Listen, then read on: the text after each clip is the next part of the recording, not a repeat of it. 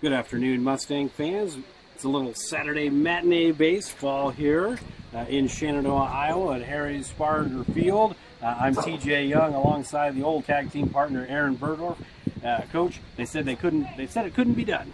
You know, they said logistically it couldn't happen this summer because you've got softball. You can't do baseball. Well, you had 3 games already, and now you're helping me out for the home opener for the Mustangs this year. Yeah, I was able to squeeze in a little cheeseburger here between getting done with the softball games, come over here to the baseball game. Looking forward to see the Mustangs in action here at home to start their season. So Shenandoah, again, first game of the year, they got rained out Wednesday night. They were supposed to have their home opener against Missouri Valley.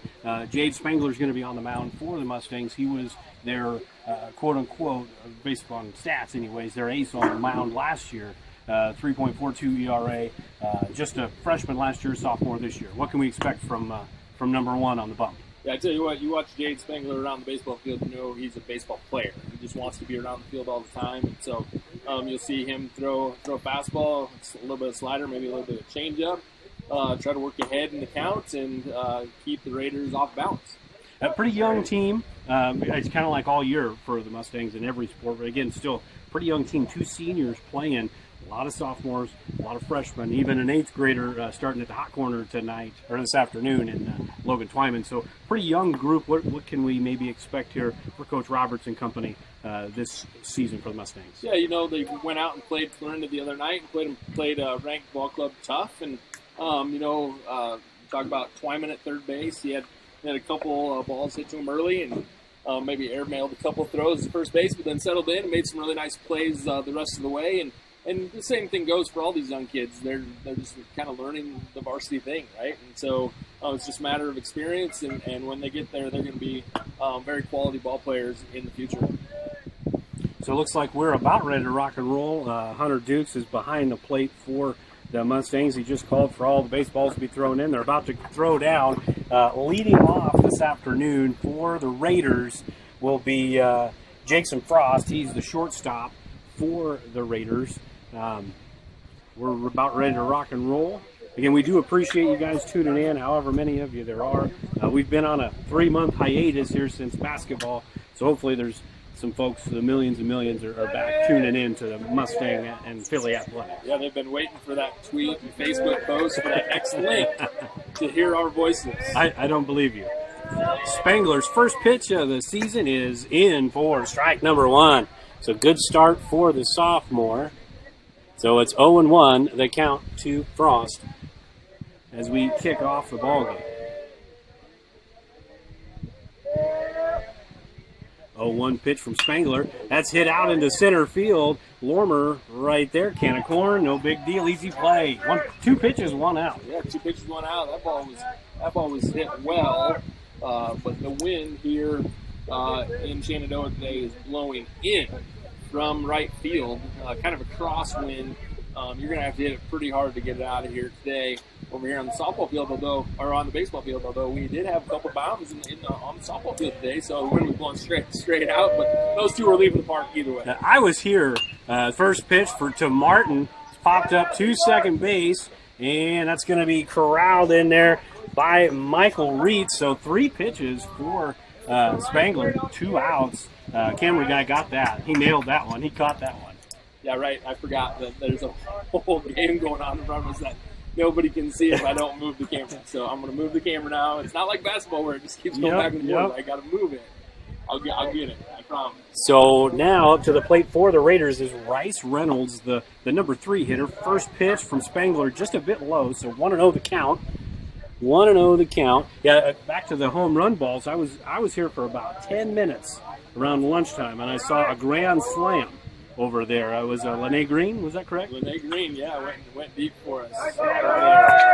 And Reynolds hits one just off the glove of first baseman Logan Dickerson. So that's going to be the first hit of the ball game. So we'll have a runner at first and 2 outs for the left-hander, first baseman Jordan Knight. Jordan Knight coming into the ball game again, a crafty lefty with the wind blowing the way it is, may have a wicked slice to his hit if he gets it elevated. Spangler checking the runner at first. First pitch had a little wrinkle on it. It looked like. Yeah, a little change up there. Start the fourth hitter. Nice pitch there down and away to the lefty. So no balls, 1 strike count. Spangler gets a sign, goes to first, and the runner is back. Pretty good move there.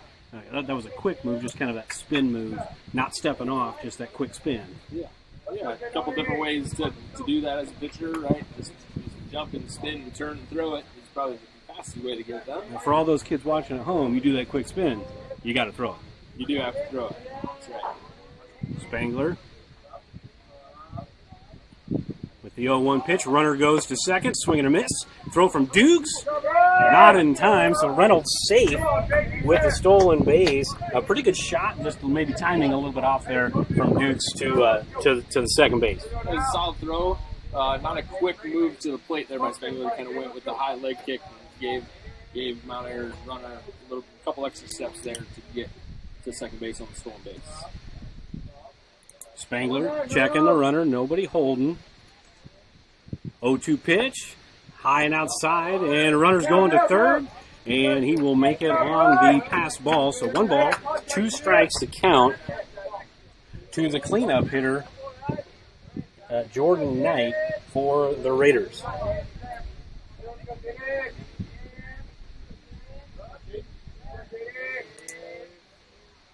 Spangler gets the sign from Dukes, still working out of the stretch. The pitch is rocketed to second base off the glove of Reed. It's going to go down as an E4 and an RBI there for Knights. That's going to put the Raiders on the board. Tough break there for the second baseman. Yeah, that's just unfortunate hit that Michael Wright in the glove, kind of right on the palm. It might have, like you said, maybe had a little bit of that tail on it as it sliced into him and just maybe overran it. Hit him in the palm and falls in there, E4, and the Raiders get on the board here up 1-0 early on in this contest. So Spangler, first pitch just outside to Riley Stark, second baseman for the Raiders. So it's 1 ball, no strikes. The count with 2 outs here in the top of the first. Just getting started here from Shenandoah, 1-0. Raiders out on top. Knight takes a decent lead over there at first base, and he's off and running, and the ball is hit to third baseman Twyman with the throw to first in time. No! Ball's off the glove of Logan Dickerson. Throw to the plate is going to be offline, and again, back-to-back errors. That's something that you had talked about against Clarinda. Kind of reared its ugly head their first game of the season on the road, starting again here top of the first. Right, that's got to be a play that's made. Obviously, Twyman comes up, makes a good throw, and just goes off of Dickerson's glove there. That's third out, and it's a pitcher's worst nightmare because you have to throw those extra pitches. And when we're counting pitches, how late can you get into a game? And all these extra pitches add up on your arm, and you got to make plays when they're given to you. First pitch to Jace Gross is just low and outside, so 2-0. 2 runs for the Raiders on just 1 hit. The last 2 to reach base for the Raiders, an error on a hard hit ball to the second baseman, and on the receive by the first baseman as the 1-0 pitch is fouled back by Gross, so it evens the count at 1 ball, 1 strike. And as a guy who a long time ago, 20 years ago plus, stood where Spangler stands. It is frustrating sometimes, but you just got to take it 1 pitch at a time and trust your defense. Right, and as the pitcher, those unearned runs, they're... And the throw down is not in time, so safe at second is Gross. That's going to be 2 outs, runner at second base, and a 2-1 count to the batter. Excuse me, that was Stark who stole second. Gross is up to the plate with a 2-1 count.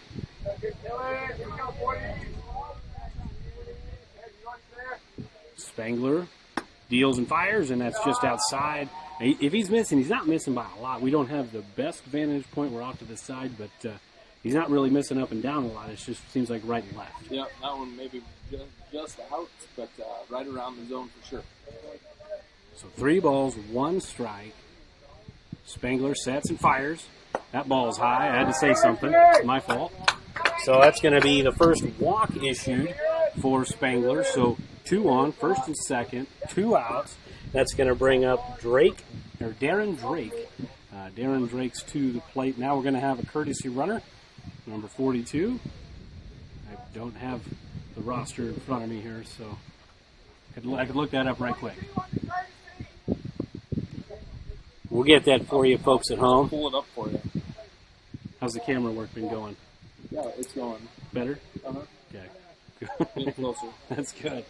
So Darren Drake, the designated hitter for the Raiders, up to the plate. Fresh count, runner at first, runner at second. Spangler gets a sign from Dukes. Kicks and fires, and that ball's high. So it's 1 ball, no strikes. And what looked like a quick inning, 10 minutes ago, has quickly turned into, like you had said, just more pitches, a little bit more of a laborious effort there for Spangler. There's a nice pitch right in there. So it evens the count at 1 ball, 1 strike. Spangler maybe had a little frustration on that one. He threw that one with a little more steam on that one. 1-1 the count to Drake. Slide step, and that ball's popped up on the first base side. There is some room, and heck of a catch in there by Dukes for the 3rd out. So Spangler's catcher saves the day a little bit, makes the inning not quite nearly as bad as it could have been. 2-0. We go to the bottom half of the inning. We'll step aside, pay some bills, and we will be right back.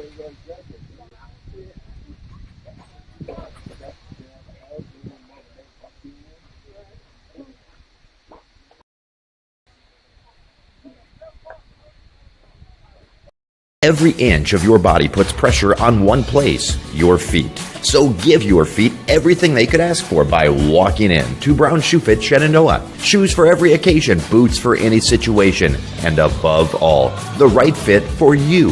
After all, Brown Shoe Fit has been fitting feet for over 100 years. The only downside, so many shoes to choose from and only 2 feet. Great service, great selection, a great fit every time at Brown Shoe Fit, downtown Shenandoah.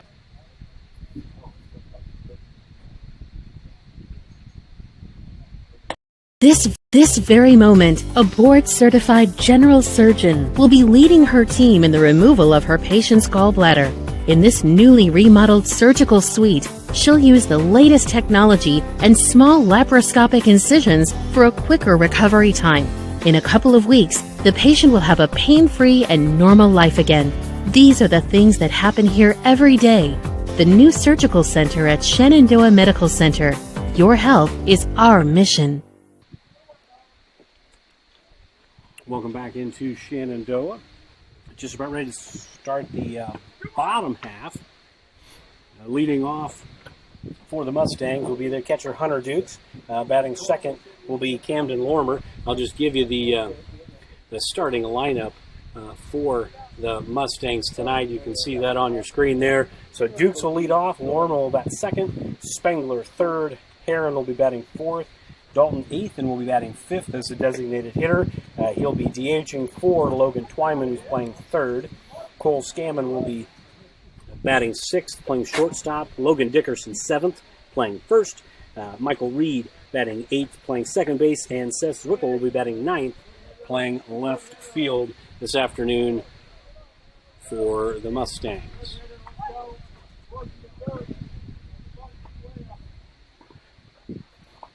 Hunter Dukes in. First pitch is outside.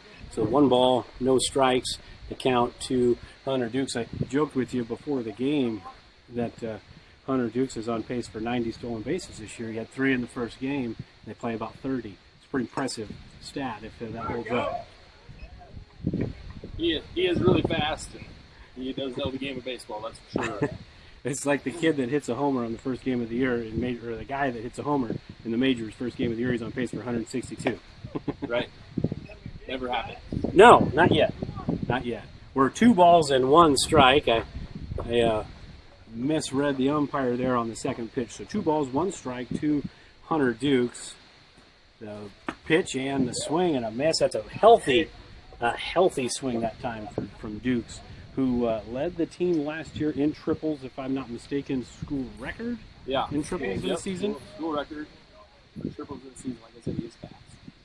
So the 2-2 pitch, swung on and missed. Down goes Dukes. And that's out number 1. That brings up Camden Lormer, the center fielder today for the Mustangs, right-handed hitter.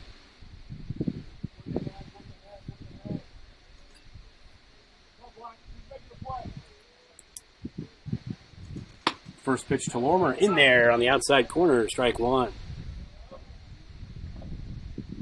Jace Gross is on the bump this afternoon for the Raiders. Took care of Dukes, and now he's up 0-1 on Camden Lormer. Second pitch in there as well on the outside corner. He's bringing out the paintbrush with an 0-2 count. You got to probably expect something that's got a little bit of a wrinkle to it, don't you think, Coach? Yeah, either that or fastball way outside. Well, the 0-2 pitch is hit right to the second baseman. Easy throw. Easy throw from Stark to Jaden Knight, and that'll be out number 2 for the Mustangs here in the bottom half of the first inning. And now Jade Spangler will step in for the Mustangs. 2 down, nobody on. Spangler up.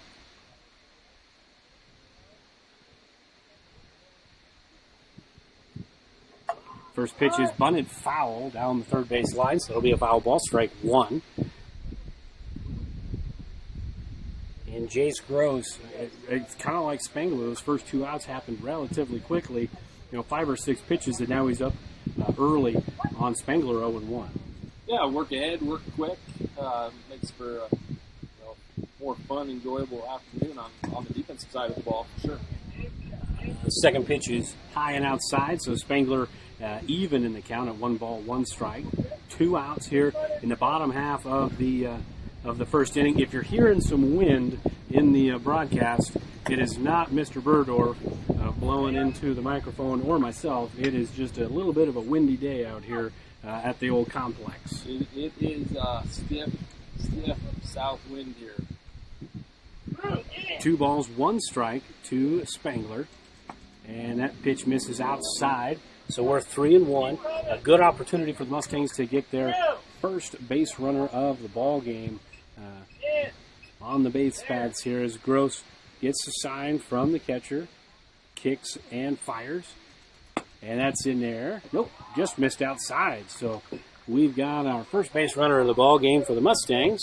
And Spangler will be on first base with Gage Heron, the right fielder. Hey, we got 2, nobody going! The right-handed hitter, basketball player, and baseball. But does he do anything else? Does he play tennis or run track or any of that stuff? I don't broadcast those games. No. Spangler gets his lead at first. Gross throws. And first pitch is right down the middle for a strike. So no balls, 1 strike to Gage Heron, sophomore. So sophomore at the plate, sophomore at first.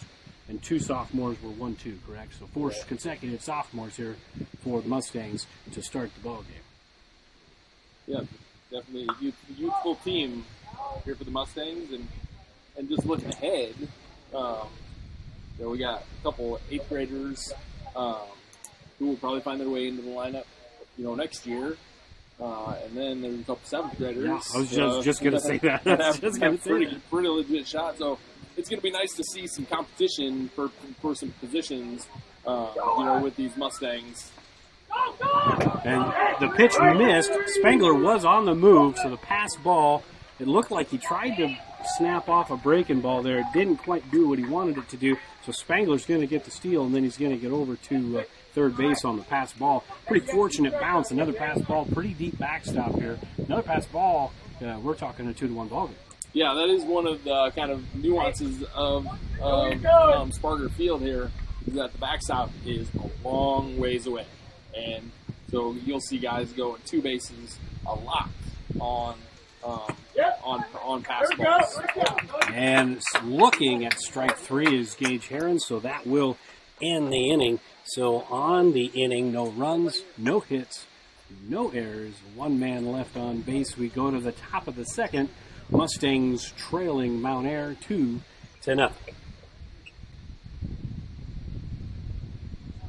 I pay to spray. What did you say? Pay to spray. Custom application? Oh, input costs can get pretty high. I want to buy my own sprayer with automatic boom shutoff and really big booms. Gotta love some big booms. The ag economy's down, but I'm bullish and my numbers are good. So what do you think? Let's make it happen. The ride to your dreams is easier with the right partner. Bank Iowa. Let's make it happen. Green Plains is transforming.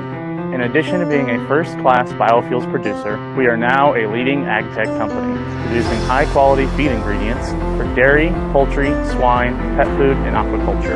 At our Aqua Lab, we are conducting research to produce the best ingredients for our optimal aquafeed products. Green Plains is expanding in every way. If you're interested in being a part of this journey with us, check out our website for our latest job opportunities. Welcome back to Shenandoah, top of the second. Mustangs trailing the Raiders 2-0 as we're just kind of getting underway here, getting our sea legs about us. Spangler pitched well in the first inning, issued one walk, but kind of a pitch to contact guy in that first inning, and there wasn't really a lot of hard contact. Really the one that I would say you could maybe call it a hit was that hot shot to the second baseman. But it was right at him. Maybe it was kind of one of those deals, maybe trying to run off the field before you make the catch type of deal. But he pitched well, and he's got the bottom of the order here, so maybe quick inning, get the bats back up. Yeah, 200 runs there in the first inning, not the way you want to start a contest, but Gabe will get back out there and keep filling the zone and see if our defense can't make plays behind him here going forward. So leading off for the Raiders is number 7, right fielder Cody Larson. Spangler deals and fires, and that's in there. Strike one. So 0-1 the count to Cody Larson. Kind of a big guy there. Stockier build. You don't see that a lot in baseball players in these parts. Spangler gets the sign, kicks, and fires, and that's low. 1 ball, 1 strike, the count.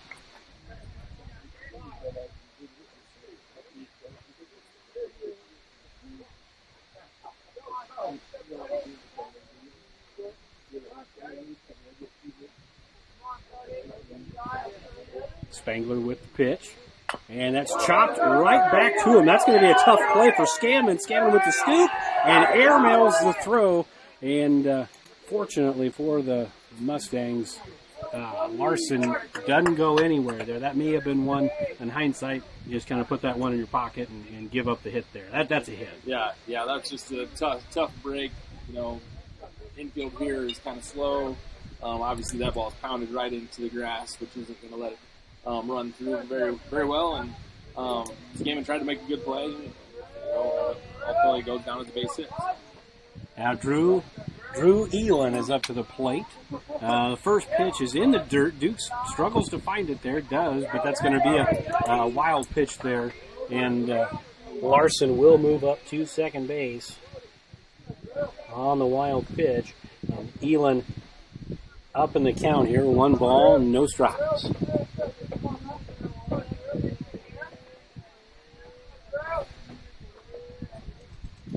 And that's a nice pitch. That might have been a changeup. He was way out in front there. I mean, whatever it was, breaking ball off speed, something, had a little wrinkle on it, really got the timing off. Yeah, really good pitch there.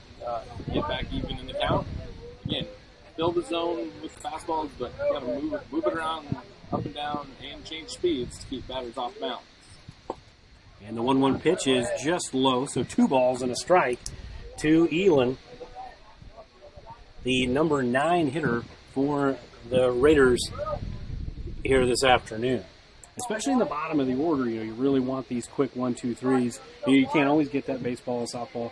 I mean, something new happens every day. There's a shot down the third base line. Twyman makes the throw to first, gets the out, throw to third. Ooh, had he caught that, Twyman didn't quite come up with it. Had he caught that, it might have been a 5-3-5 double play. Yeah, that was a really good play by Twyman. He actually looked at the runner back before he made the throw to kind of freeze the runner, and then the return throw would have been a bang play. Twyman just drops it, but good play overall by the Mustangs defense there. That's going to go down as a fielder's choice there. It's going to move the runner from second to third, and now Jakes and Frost back to the top of the order for the Raiders. First pitch is belted into right center field, and that wind just killed it, as that's going to score a run, and Frost is going to settle for just a single. That thing was a missile coming off the bat, and it just hit that jet stream and went straight down. Yeah. His first hit of the game, he crushed to center field. Kind of the same thing where it just died in the wind. That ball should get in the gap easy. That should be an easy double. And it just dies into that wind coming from the south there. So that's going to make the score 3-0. That's going to bring up Tyler Martin. Frost is going to get to second on the errant throw. He may go all the way to third. Good job by Dickerson to hustle over and get that ball in. Unfortunate there again. The Mustangs just take a deep breath, relax. It's a long game. Can't get them all back at once. You can't score any on defense. Right. There's no reason to get worked up. Just keep doing what you're doing. Let them put the ball in play. Let your defense work behind you. So the first pitch is just down. So 1 ball, no strikes. The count to Tyler Martin. Tyler flied out to Michael Reed in the first inning for the second out of inning number 1. So he's already getting his second at bat, he and Frost. So they've already gone through the order one time. Spangler's second pitch outside. Good job by Dukes to get over there and stop the ball there. It looked like it was in that left-handed batter's box. So that makes it a 2 ball, no strike count. And it is a windy bear up here, Coach. I'm sure if I watch this back, it's going to be a lot of wind noise. And there's a ball that went right through Twyman, and they might have caught Frost in a kind of a tag-out situation there because he was stealing third. It's going to end up being an E5 and an RBI for Martin. So that's going to make the score 4-0. Yeah, that's a frustrating play. I think Twyman was actually going over to the ball and saw the runner coming at him and thought about how am I going to tag him as this happens. Because I feel that he's right on top of me. How am I going to make a quick play and tag him? Distracted him just enough that the ball ended up going under his glove and it rolls into left field for the E5. So Rice Reynolds, the left fielder for the Raiders, steps to the plate. It's 4-0, 1 out. Got a runner at first base. It's time to kind of decompress here and just work on the batter and try to get out of this and get the bats up.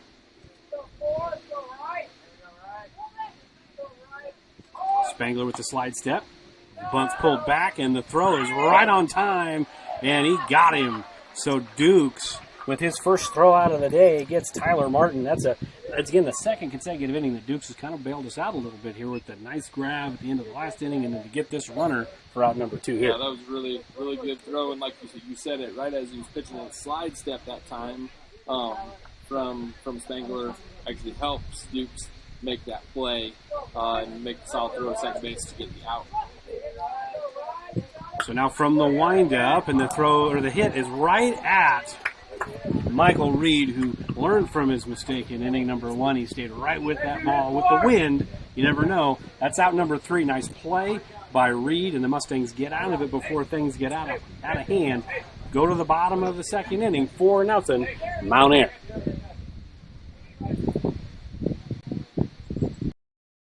United Group Insurance is a team of people you know and people you trust. We offer home, auto, farm, crop, life, health, and commercial insurance from our convenient offices in Atlantic, Griswold, Red Oak, and Shenandoah. Our team of agents work together to make sure our customers find an insurance policy they feel great about. We offer a variety of insurance carriers, so you can choose what works for your coverage needs. Learn more at United Group INS. Struggling. Digital Solutions started small, but now we're growing as FDS provides live streaming coverage for over 20 schools across 3 different states on our Fuller Digital Solutions YouTube channel. Subscribe to get notified when we go live for your school events. Big events are captured live, and your business can get noticed with advertising during our live streams. Local talent and camera operators are encouraged to contact us too for future employment. No experience necessary. We will train. For information about advertising or working with Fuller Digital Solutions, email us and follow us on Facebook. Welcome back into Shenandoah, Harry Sparger Field, 4-0. The visitors from Mount Air on top. And Mount Air with, by my count, 4 hits on the day, 4 runs. Mustangs, by my count, so far, they only had 1 chance at bat, but no hits, but 3 errors defensively is attributed to 3 unearned runs. Just 1 earned run for Spangler. He's throwing strikes. You just got to help him out back there. Yep, and the same thing kind of happened at Clarinda the other night. Started slow on the defensive side of the ball, gave up some unearned runs, and so something that the youthful Mustang defense is going to have to do a better job of. And freshman Dalton Athan swinging away at the first pitch. Grounds out to Jackson Frost at shortstop. Smooth operator there at shortstop. But again, another youthful player for the Mustangs. A freshman Dalton Athan, aggressive. I like that. Get up there ready to hit. Just ground out to the shortstop. Oh, I thought you were going to call me a smooth operator because that's the first defensive play that I've actually moved the camera on at the right speed. Well, the Athans will thank you. First pitch to Cole Scammon. Shortstop today for the Mustangs, misses down, so it's 1-0 to count to another youthful Mustang, a freshman. 1-0 pitch is right in there, so count is 1-1. We were talking during the break about Jace Gross. He's not just some guy they throw out there on a Saturday afternoon start. It's pretty solid numbers from a season ago. Very solid last year, 3-0 with a sub-1 ERA. He pitched like 21 innings at 20 strikeouts, so this is definitely a guy that knows what he's doing out here on the mound. So if the Mustangs can get to him, best to get to him early before he settles in. 2-1 the count, 2. Scammon's right in there. Strike number 2. So 2-2 the count to Cole Scammon, the shortstop, the number 6 hitter in the lineup for the Mustangs. And here's the 2-2 pitch. And it's chopped right back to Gross, who steps and fires, and the Raiders will throw it around the horn. That's out number 2. 2 down here. It's going to bring up senior, one of 2 seniors in the starting lineup, Logan Dickerson, first baseman for the Mustangs.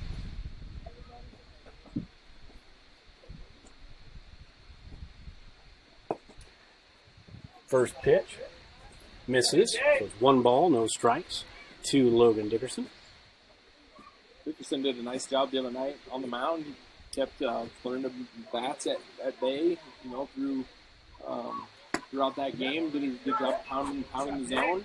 And he did a nice job for that first night out. Again, those unearned runs kind of bit him a little bit, but he did a really nice job on the mound the other night against Clarinda. In every team is the 1-1 pitch is fouled straight back, as Dickerson's going to have to protect here with 2 strikes and a 1-2 count. We'll talk about this, I'm sure, well, myself, and it'll be Jay Soderberg for most of the season. You're not replaced, you're busy. But anytime. And he's busy today playing golf at Murphy. Yes, that's correct. But anytime I'm sure he's watching. You're playing any game, senior leadership's important. So and that ball hit him. It was a breaking ball. He didn't, quote unquote, attempt to get out of the way, but breaking balls are a little bit different. He did move his legs slightly. I always used to teach my kids, you just got to turn. Just turn. Move slightly. Yep, just turn. It'll be fine. So Dickerson is aboard with the hit by pitch. It's going to bring up the other senior in the starting lineup, and Michael Reed, who's made a couple of nice plays out there at second base.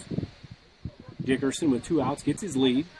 First pitch way upstairs, and Reed likes them up there. They look like grapefruits up there when they're at your eyeballs. So it's 0-1 the count.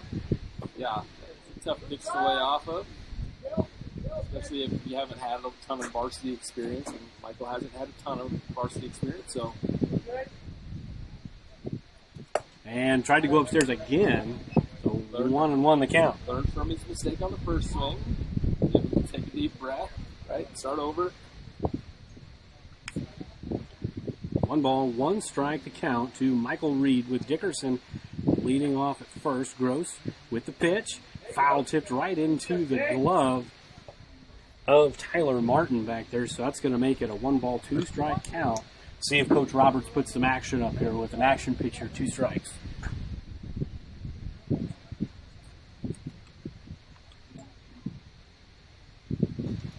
Runner stays put, and Reed fouls the ball straight back. Looks like timing pretty well right there. Just missing it, just underneath it. Yeah, that one was right on time, though. It's a foul ball straight back, so if you could square one up, that'd be a good thing. Gross checking the runner at first. Kicks in, fires, runner goes. Reed strikes out on a, looks like maybe a little bit of a slider in the dirt. That'll end the inning. On the inning, no runs, no hits, no errors. 1 Mustang left. We go to the top of the 3rd. Shenandoah trailing 4-0. Bank is proud to be a locally owned community bank. We have been committed to our community and meeting the financial needs of our customers since 1873. We are confident that our knowledgeable staff can help you make informed decisions about your financial needs, no matter how big or small. Let us show you how rewarding a relationship with First Heritage Bank can be. Stop in at one of our 2 locations, or you can find out more information at www.fhbshen.com. First Heritage Bank is a proud supporter of Shenandoah High School athletics. Go Shen, member FDIC. Sorensen Auto Plaza in Shenandoah has been here over 25 years, and they specialize in financing. Buy here, pay here. At Sorensen Auto Plaza, they finance all credit types. Bad credit, no problem.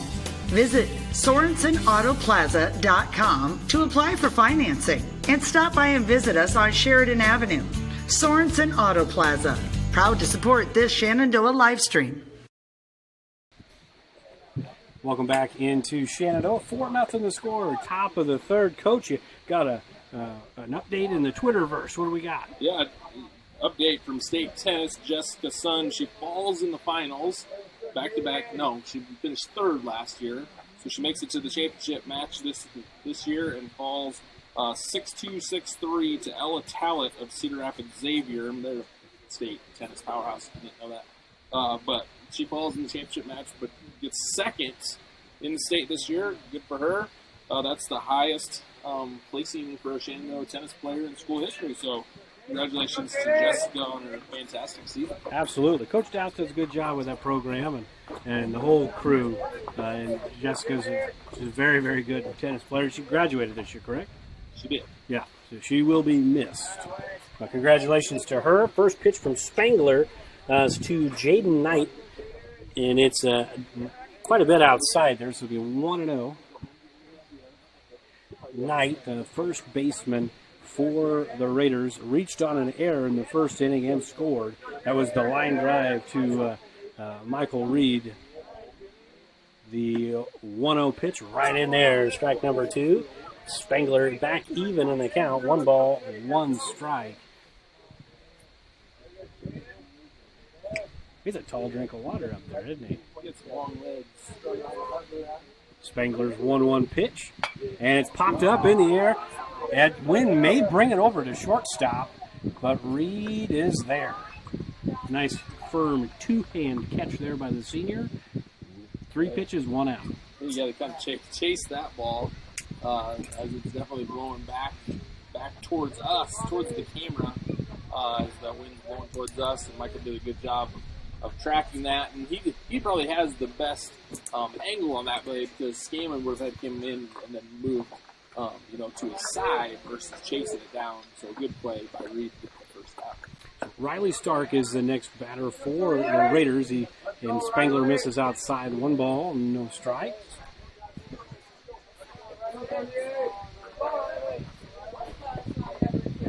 Spangler's 0 for 1 on the day, reached on an error.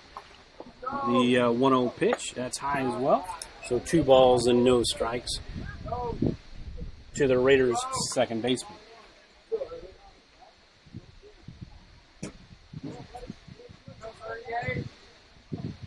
Did the camera catch that pop-up? It did. Nice. Yeah, it did. Nice. 2-0 pitch from Spengler is right in there. Strike number 1. 2 balls, 1 strike, getting back in the count. By the time I get a hang of it, I'll be out for the season. That's true. Might prepare you for the fall. Yeah. 2-1 pitch from Spengler. That's high and inside. Just making sure that Stark had a close shave this morning. So you just kind of lost the handle on a breaking pitch there. Right. And slipped out on it. So 3-1 pitch from Spengler. And it's popped foul. That's out of play. That may be car worthy. Nope. Just missed all the automobiles parked out here. So someday I'd like to have the high school math class come out here and do some probability studies of where these cars are parked, because it is amazing coaching here, night in, night out. The amount of balls that hit in, see where cars are parked, and cars don't get hit. They will now. It's like what's that stat? Like trees are 90% air or something like that. Stark hits one into left field, but hung up just long enough for Zwickel to make the catch. That's the first real ball that's gone out towards left field. Most everything's been up the middle or to right center in that second base alley. But a good play by Zwickel. Stay on his toes. That's out number 2. Yeah, good job. 2 outs, nobody on. Keep working here, keep pounding the zone, and keep making plays behind him. So nobody on, 2 outs. It's going to bring up Jace Gross, pitcher. First pitch is right in there, strike 1. Looked like it was a little bit on the outside corner. Seems like the home plate umpire today really likes that outside corner. Is giving the pitchers that outside corner. 0-1. Misses high and inside, so we're all even at 1 ball, 1 strike. Second plate appearance of the day for Gross. He walked his first at-bat, and it was courtesy run for by Dalton Barnes. Thank you to my stats guy for that. That'd be Coach Burdorf. The 1-1 pitch is popped up between third and left field. It's going to hang up just long enough for Zwickel to run it down. Was I in the shot there? No, but that pole might have been. So Zwickel makes back-to-back catches in left field, this time in foul territory, to end the inning, the first clean inning for the Mustangs on this day. So we go to the bottom of the third, 4-0. Raiders still on top. Payne, the real boss at Gowing Plumbing, but don't tell my mom and dad. I'd like to talk to you about tankless water heaters with endless hot water. If low energy bills and higher home values are important to you, you might consider a more efficient tankless water heater from Gowing Plumbing. Call 712-246-1803 and they can help you find the right system for you. Plus, Gowing Plumbing is the only one to call for issues with boiler heat. 24-hour on-call service from Gowing Plumbing. Tell them the boss sent you.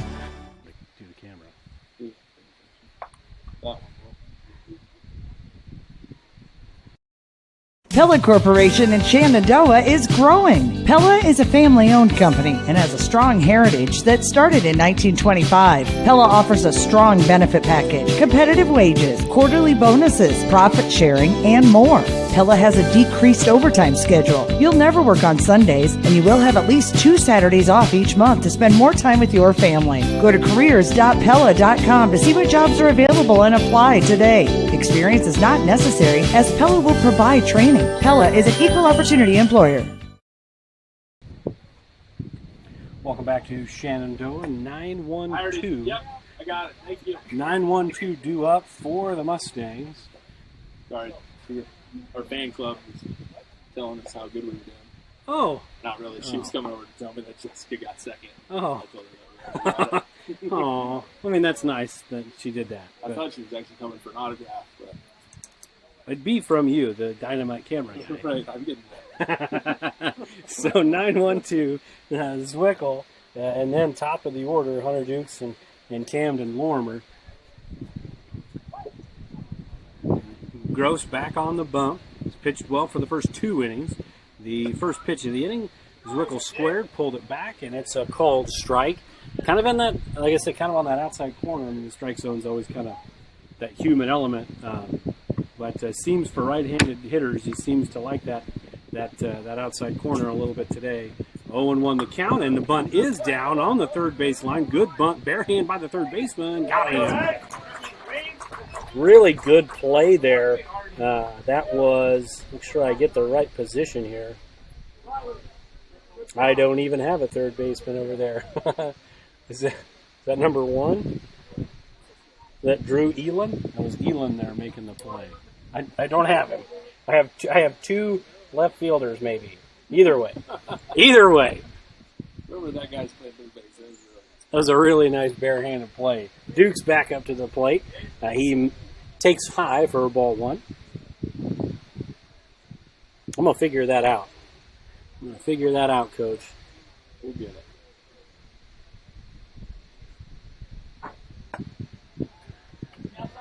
Second pitch misses as well. So we are at 2 balls and no strikes. Definite advantage here for Hunter Dukes.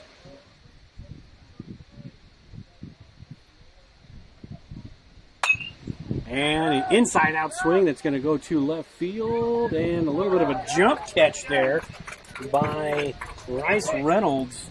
That's going to be an F7 if you're scoring at home, because Lord knows you're all scoring at home, right? Everybody's got their scorebooks out scoring at home. So that's out number 2 for the Mustangs.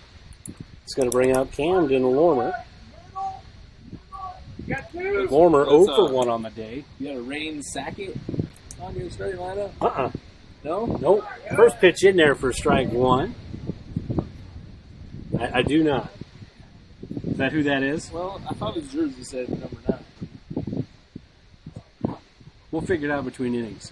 The 0-1 pitch misses just high. So 1 ball, 1 strike to Camden Lormer. As I mentioned, 0 for 1 today. Grounded out to the second baseman in inning number 1.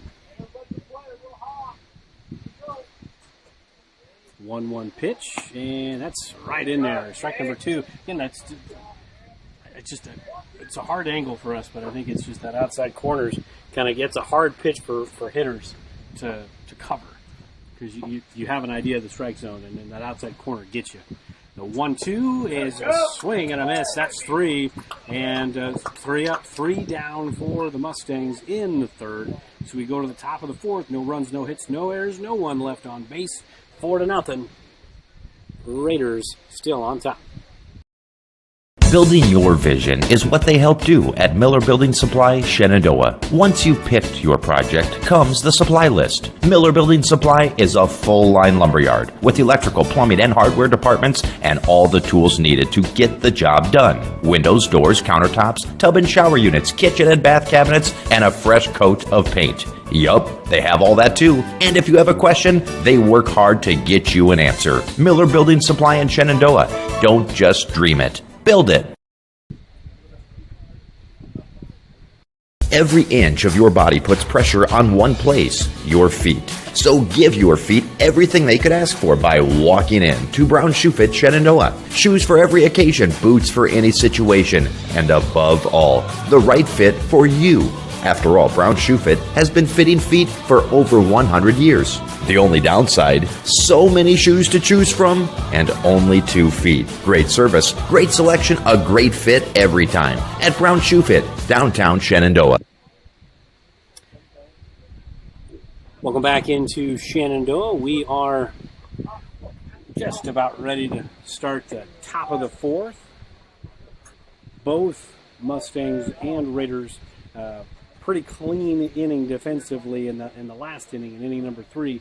At the start of inning number 4, it's going to be Darren Drake leading off. So 7, 8, 9, Drake, Larson, and Elon. They'll be due up and then back to the top of the order.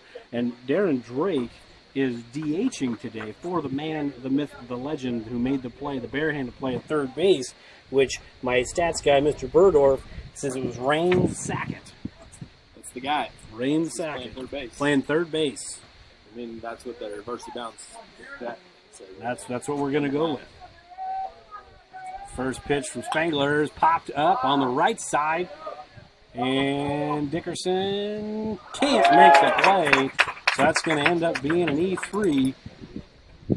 With that wind, really got to try to get that with two hands. Sometimes that wind plays tricks on you right at the end. It does, and you got to kind of stab at it a little bit instead of just letting it kind of softly fall into its glove. Unfortunate situation. Now we got a runner on first with no outs. So Cody Larson steps up. Larson singled back in the second inning and then came around to score.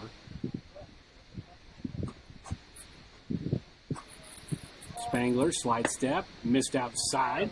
1 ball, no strikes.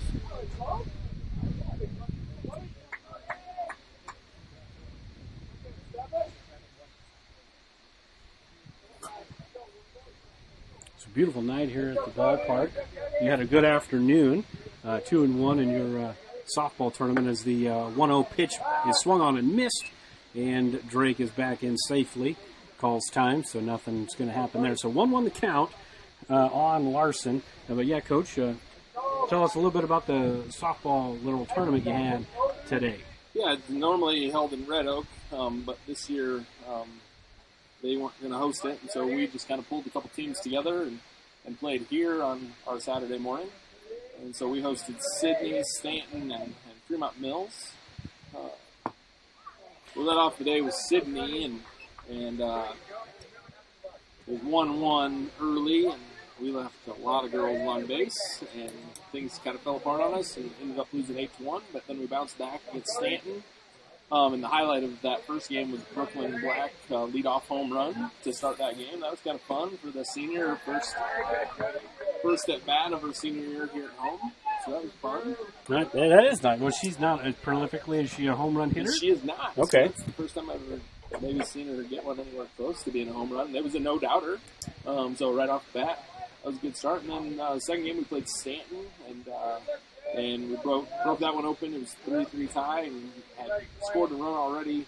I think it was in the fourth inning, and Renee Green hits a grand slam like we talked about earlier. Let's be fair. The game was a little bit of a struggle. And then I showed up, and we hit grand slams. Yeah, we got to give them a couple runs in the first inning. Did not start off well, but then we started to find our groove a little bit, and Renee definitely helped us out by hitting that grand slam. Yeah. We ended up winning 8-3 That's against great. them. Crooked numbers are always a good thing. Yeah, and then we finished the day against Fremont Mills, a team that we kind of struggled with last year. And, our bats finally really came alive in that game. We ran the base really well and got a superb pitching effort from Peyton Nathan. She threw it. And she had no hitter going up to the second to last batter, a little bloop single up the middle to break up the no hitter. But she pitched really well. We ended up winning that game 7-0. So I don't think we shut anybody out last year, and so that's good to get a shutout early in the season this year and get a good pitching performance from her. And that wind is really strong. It's howling. But it sounds like it was a productive day. Yeah, it was a good day. There was good things, there was bad things to work on, but for a young team still growing and trying to build off of a season ago, that's a good step. Yeah, already have more home runs this year than we did all last year. Just the one last year, right? Yeah, so that's a positive. And so just like last year, we finished every day by talking about positives and thinking about good things that we do. And so it was a nice way to end our Saturday with those 2 wins and be able to go into the long weekend on a positive. So that's good. That's awesome. That's great. And everything was for you guys was all done right behind us where we're at Lucky Field. So the 1-2 pitch, I'll catch you up a little bit on what you missed.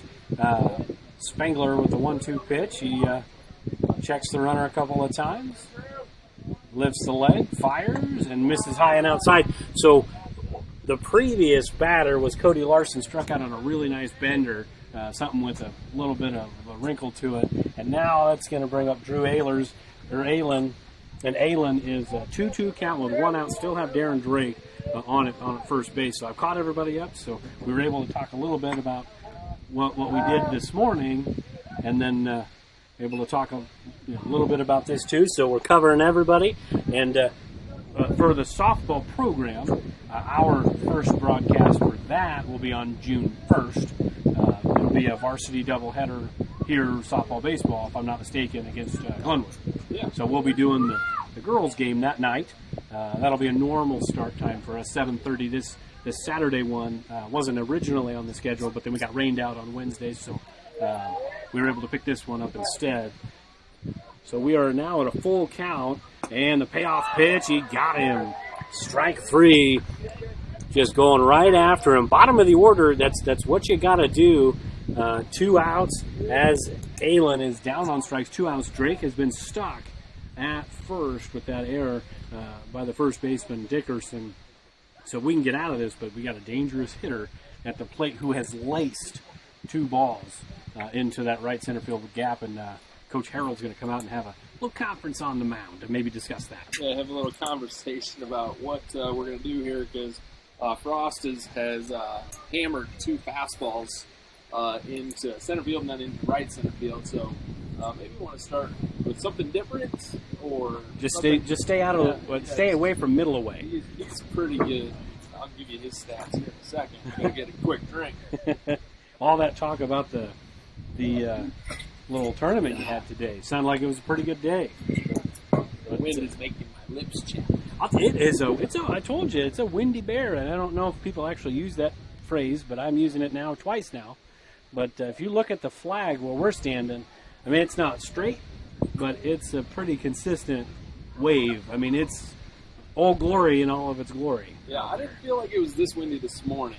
Like maybe right at the very beginning of the day, but I didn't feel like it was noticeable, as noticeable as it is up here. That's for sure. So Jackson Frost up to the plate, 2 outs, runner at first base. Spangler checking the runner. Kicks the leg, and we had a time called there. I told you I'd give you some stats about Frost here. He batted a salty .634 last year. That's all right. That's pretty good. So it's just for everybody at home. That's 6 out of every 10 times. He didn't just reach on errors. He reached on clean hits. Right. And then he had 47 RBIs, 8 bombs, 8 doubles, and walked 29 times. So he had an on-base percentage of .743. So 3 out of every 4 times he came up to the plate, he reached base. He's on base. That equals hard out. Yes, he's a tough out. 0-1 is the count to Frost. Stats, numbers never lie, right? Isn't that what they say? There's a second consecutive bender there for Spangler, and maybe that's exactly what, like you had said, that Coach Harold, the pitching coach, came out and talked to these guys, and said, hey, he's laced a couple of your fastballs. Let's throw some benders. Let's see if he can hit them. Yeah, do something different. So the 0-2 count to Frost, the kick and the pitch.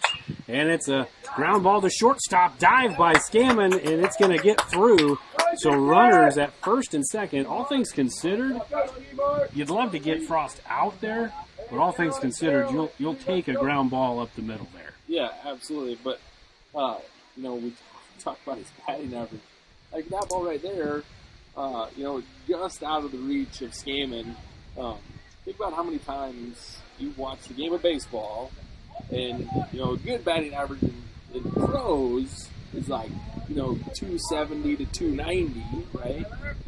Think about how many times you get to have those breaks where you're just out of the reach of the fielder's bat. That almost 700. You have to have a lot of balls like that. Yeah, no, I completely agree with you. I used to tell kids all the time, Hall of Famers are successful 3 out of 10 times in the game of baseball or softball. I mean, if you're over that, you're a pretty doggone good player. You're a shoo-in for the Hall of Fame. 1-0 pitch from Spangler is ripped to Scammon. Scammon on a bad hop. is just going to have to eat it. That's a tough hop. It didn't really attack it, just kind of fed, or just kind of waited, and then it kind of ate him up a little bit there. It's just super difficult. Again, going from field to field in high school baseball, again, what they got is ground balls in Florinda the other night versus what they get here at home versus what you're going to get in different places. It is hard to read. It is hard to be a high school infield because not all fields are the same. Oh yeah, sometimes you got lips.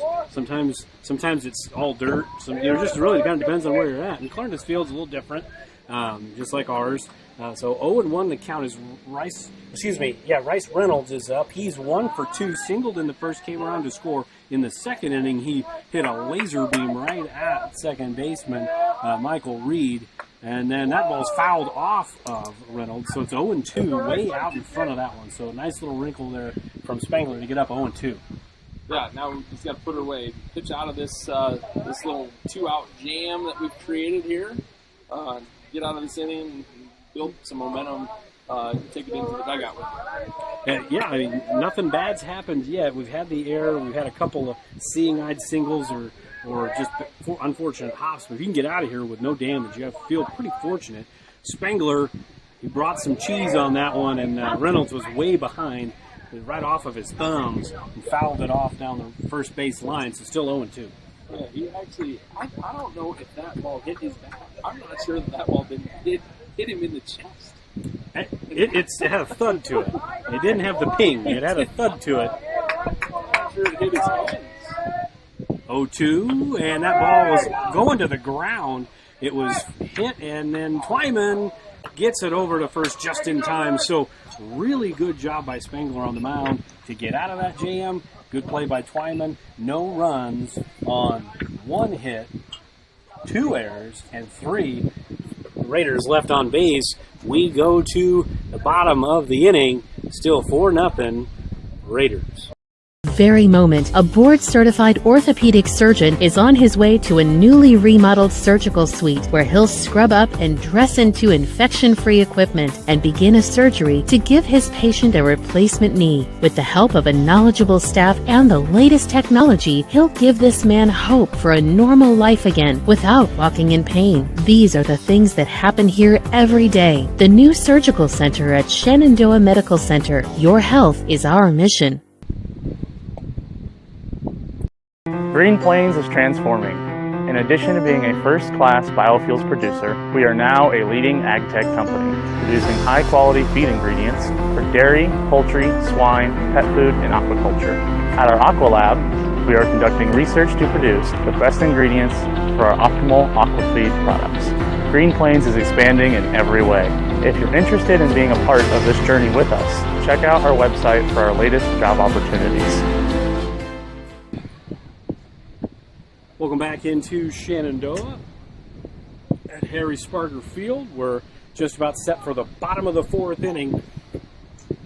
It's going to be 3, 4, 5 due up for the Mustangs. That's Spangler, Heron, and Ethan trying to get on the board against a pretty salty pitcher. Gross does a pretty good job, throws strikes, mixes speeds. He hasn't blown us all away, but we're not getting a lot of solid contact on him, at least through the first 3 innings of the game. Yeah, I mean, obviously, he does throw kind of hard, and he's hitting spots, keeping our hitters off balance. His breaking ball hasn't been great, but he's been effectively ineffective with it. Sure, like the Bull Durham, hit the bull, yeah, right? Hit the bull. Hit the ball. I love that. And first pitch of the inning is swung on and missed. That was a healthy swing there. You make Spangler. those references like that. I say those things at practice. I'm like, oh, hit the basket. The girls look at me like, what's this guy talking about?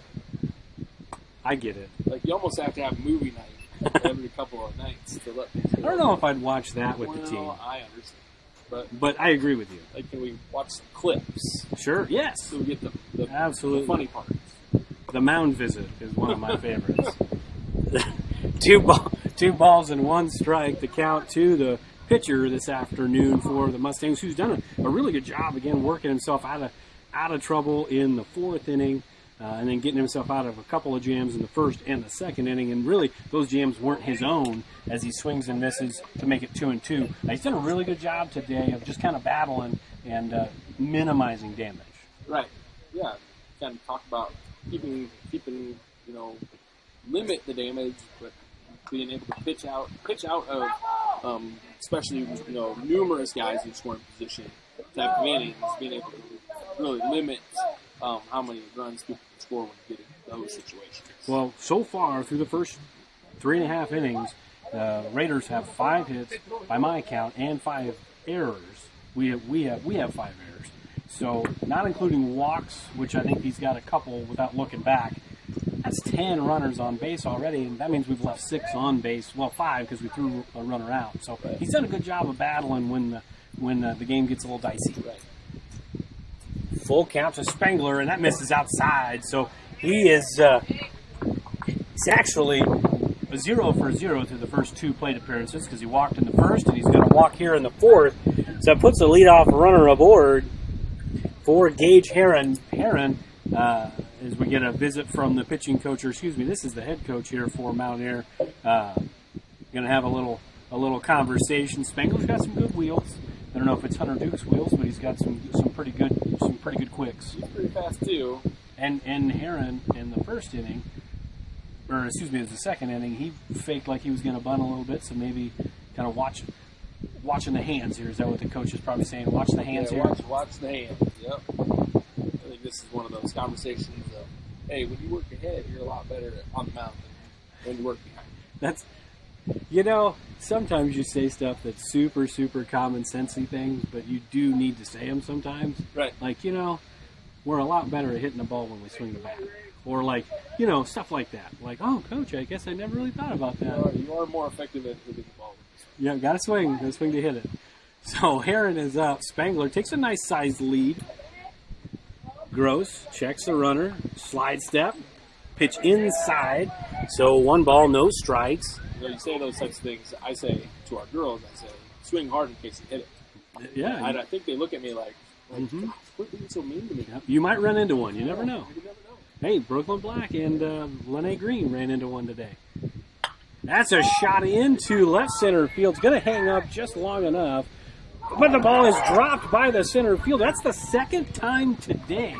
1 for the Mustangs, now 1 for the Raiders, where a ball's in the air for a long time. But this wind, you can hear it on the broadcast, I'm sure, but it's playing some fits with these fielders. Yeah, that guy's camped underneath it, and then it kind of blows, I'm sure, right at the last second. Being a former outfielder, like right at the last second, you got your glove right there, and then it goes off the tip of your glove.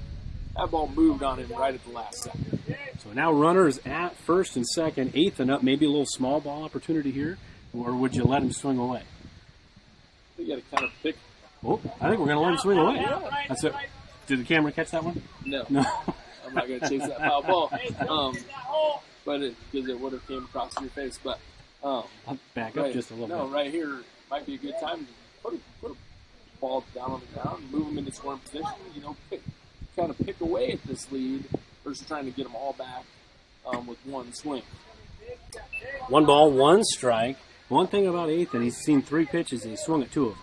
I mean, he's going to be aggressive up there in the strike zone. So far, I mean, I've only seen him bat for 3 total pitches in my lifetime. But that's what I'm seeing. I'm seeing a kid that's not afraid to hit. He's not afraid to swing the bat.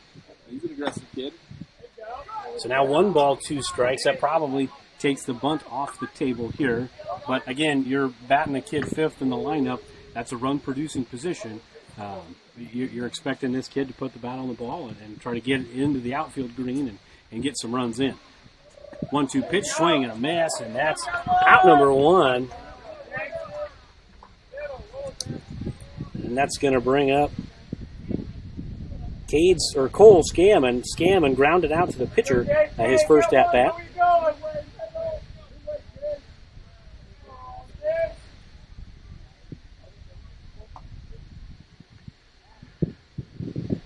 First pitch misses upstairs.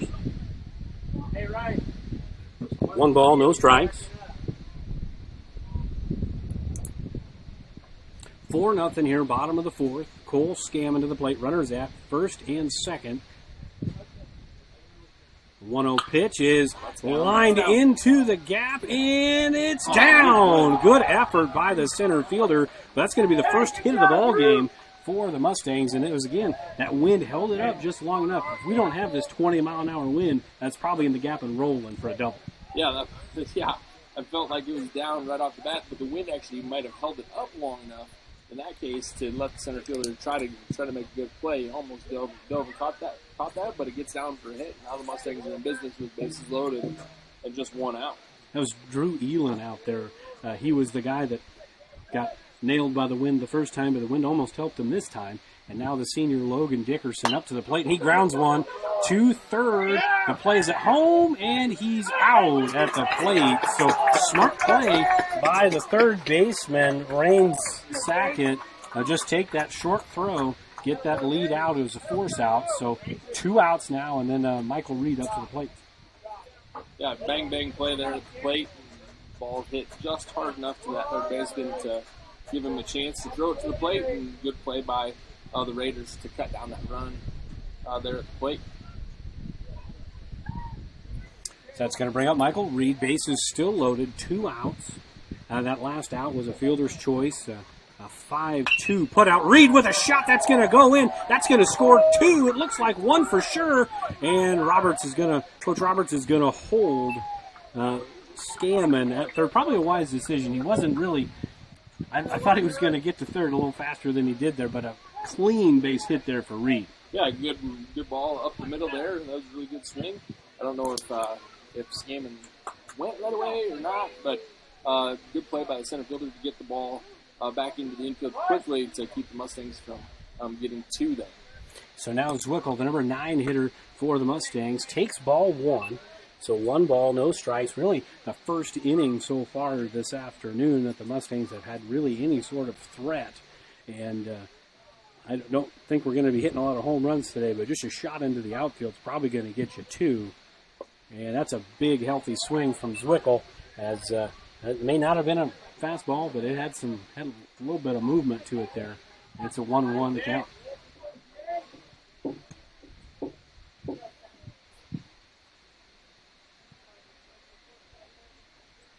Scammon leading from third, Dickerson from second, Reed from first. The pitch, and swing and a miss. 1 ball, 2 strikes to Zwickel. In this situation, Coach, would you say, we got the bases loaded here. If it's close, we got to be trying to put the bat on the ball. We're not going down looking. Right, you got to be swinging here, trying to get a ball in play. 1-2, swing and a miss. So work out of the jam, but the Mustangs are on the board. They get 1 run on 2 hits, 1 error in the inning, and 3 Mustangs left on base. We go to the top half of the 5th. Mustangs made it a little bit tighter. We're a 4-1 score. Digital Solutions started small, but now we're growing as FDS provides live streaming coverage for over 20 schools across 3 different states on our Fuller Digital Solutions YouTube channel. Subscribe to get notified when we go live for your school events. Big events are captured live, and your business can get noticed with advertising during our live streams. Local talent and camera operators are encouraged to contact us too. For future employment, no experience necessary, we will train. For information about advertising or working with Fuller Digital Solutions, email us and follow us on Facebook.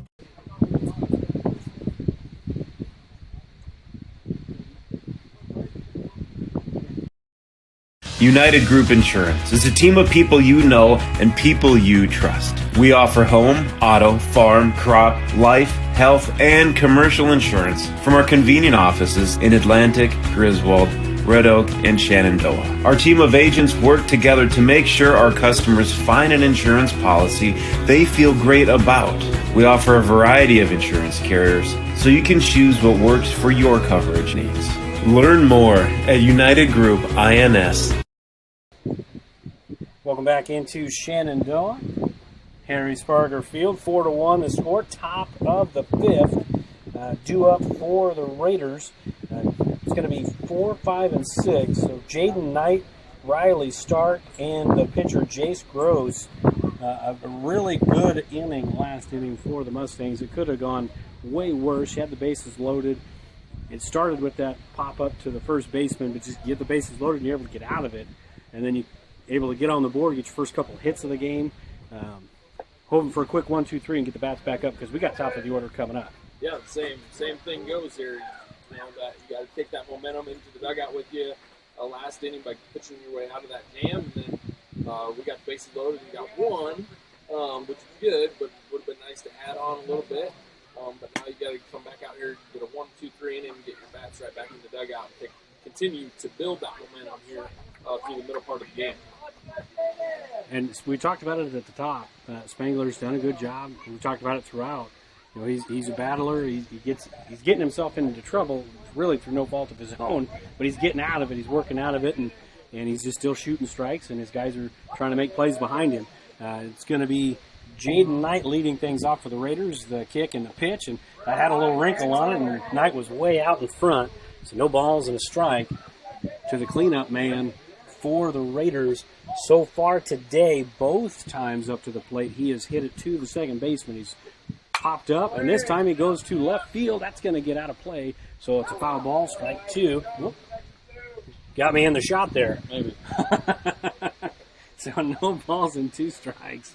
Now the first time Knight hit that laser to Reed, and the second time he popped it up to the second baseman.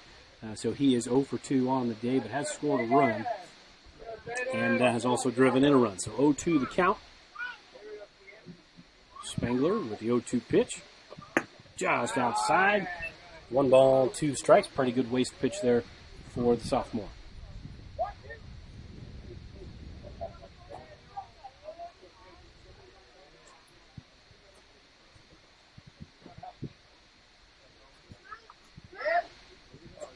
A time called by Knight. It was taking a little bit of time there to get the pitch selection and to start the windup there. So Knight did a pretty good job just calling time and stepping out and resetting here. So 1 ball, 2 strikes. Spangler gets the sign, kicks and fires, and got him looking. That was a nice bender from Spangler. That's out number 1. He's starting to maybe feel it a little bit here, Coach. Got a little backdoor breaking ball there. Little backdoor breaking ball on the left-hand batter, freezes him and gets on the first out via a looking strikeout. They call that the Hall of Fame pitch, that backdoor slider. And there's a shot into center field. It's going to hang up just not quite long enough. Warmer is going to get the ball in quickly, and that's going to be a clean single for Riley Stark, who was 0 for 2, and now he's 1 for 3 on the day. So runner at first, 1 out. Jace Gross, the pitcher, at least currently the pitcher, is up to the plate. Gross is 0 for 1. Walked in the first inning, and then in the third inning, he fouled out into left field, where Zwickel made a really nice play.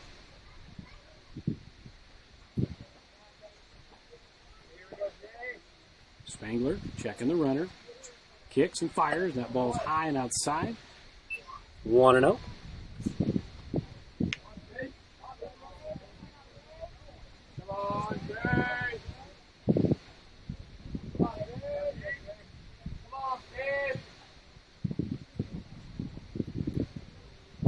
Stark leading off first. And stepped off and throws, and Stark is safe.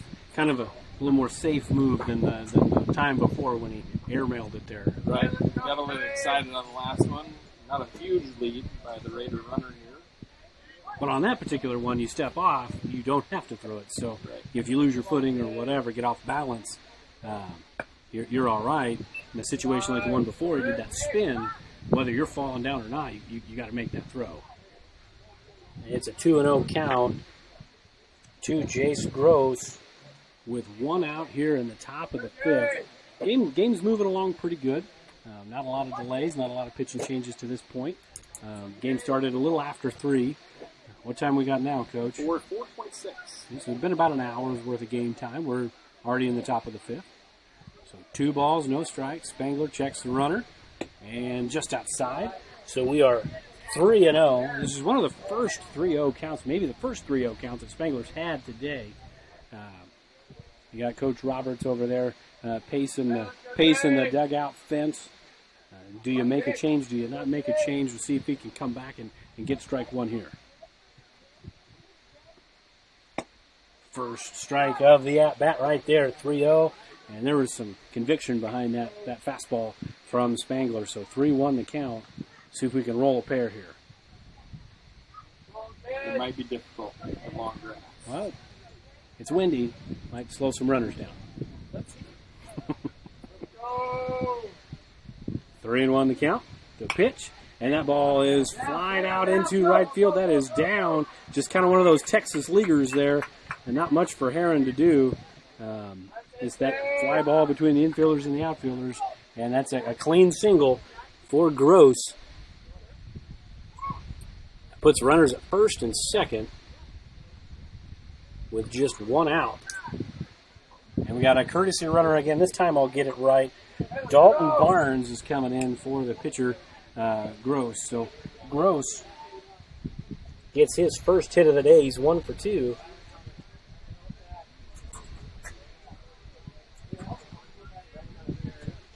That's going to bring up Darren Drake. Drake popped up to the first baseman last time. In a situation like that, if that happens again, infield fly in that situation. So drop it or not, it's still an out.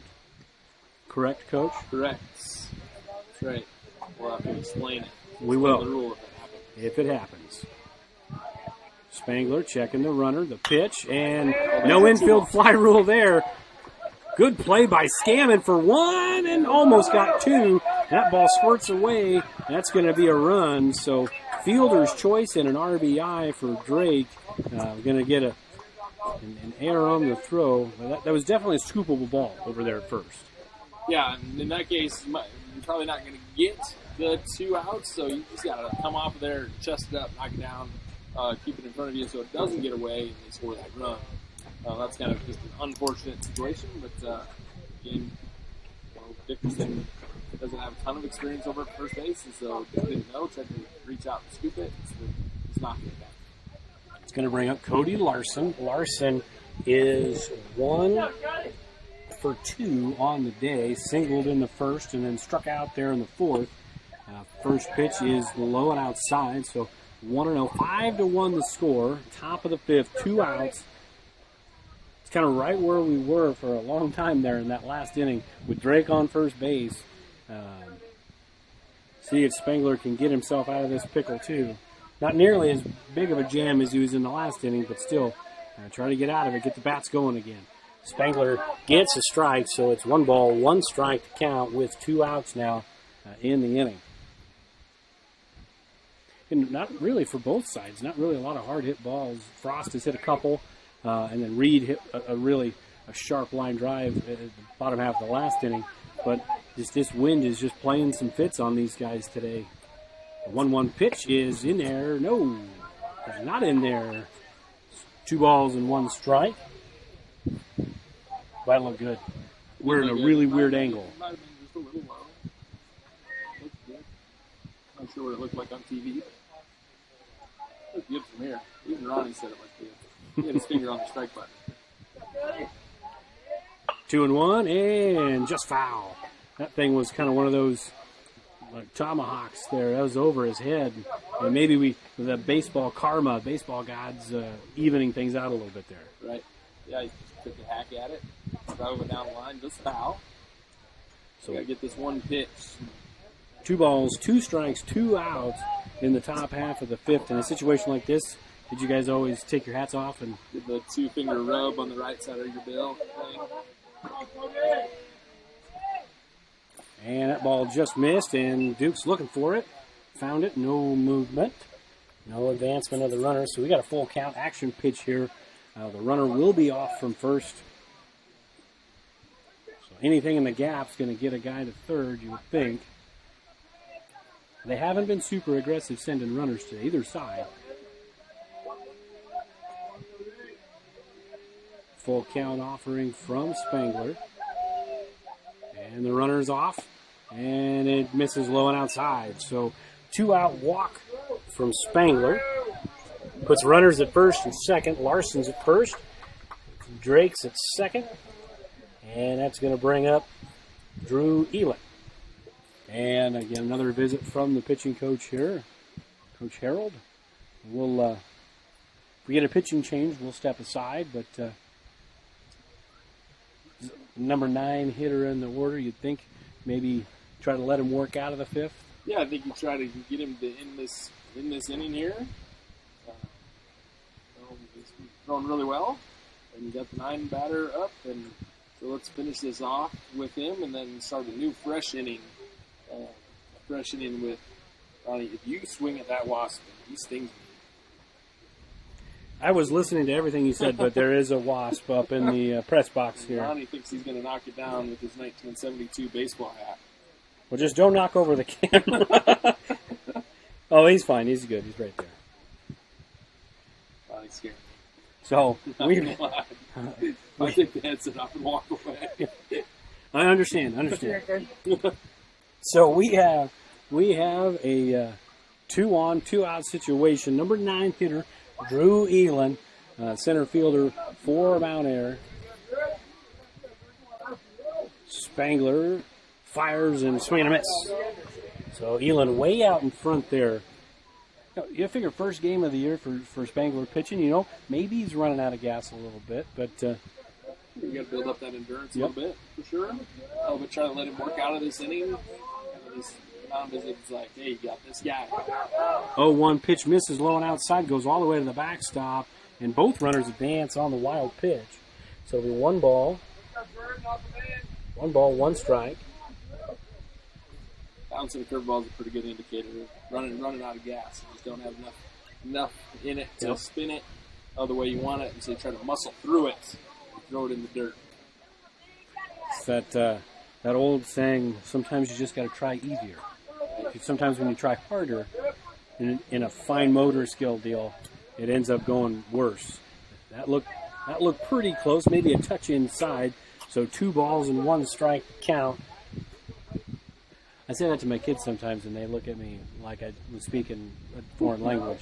Like, sometimes you got to try easier. I don't know what that means. Well, just stop trying so hard. Like, just play, just shoot, just throw, just catch. 2-1 is in there, so we're even up. 2 balls, 2 strikes, just where we were for the previous batter. Let's see if Spangler can close the door here in the 5th inning and leave a couple runners in scoring position.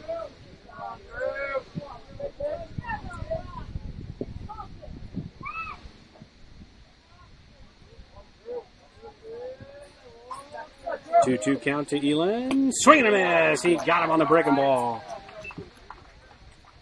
That ends the inning. We go to the bottom half of the 5th. Just 1 run on 2 hits. No errors. 2 Raiders left on base. 5-1. Mount Air on top of your Mustangs. Sorensen Auto Plaza in Shenandoah has been here over 25 years, and they specialize in financing. Buy here, pay here.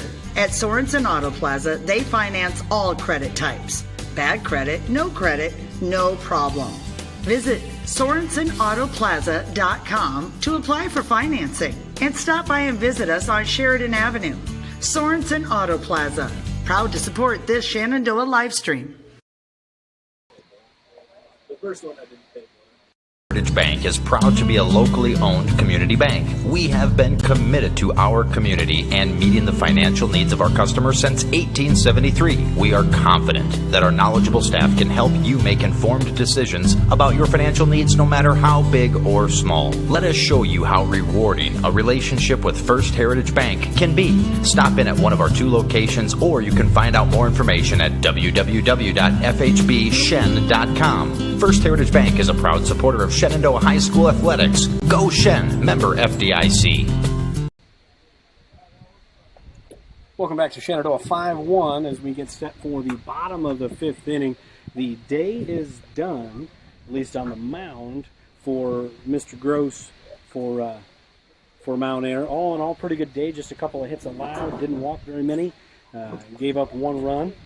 It's going to open the door for Drew Elin, who comes in from center field. What can you tell us about Elin, Coach? Nothing. Because he did not pitch in a varsity contest last year. And he really didn't. Actually, he's a brand new starter to their lineup this year. He didn't really play last year in center field either. So blank slate. Blank slate for the junior righty on the mound here for the Raiders.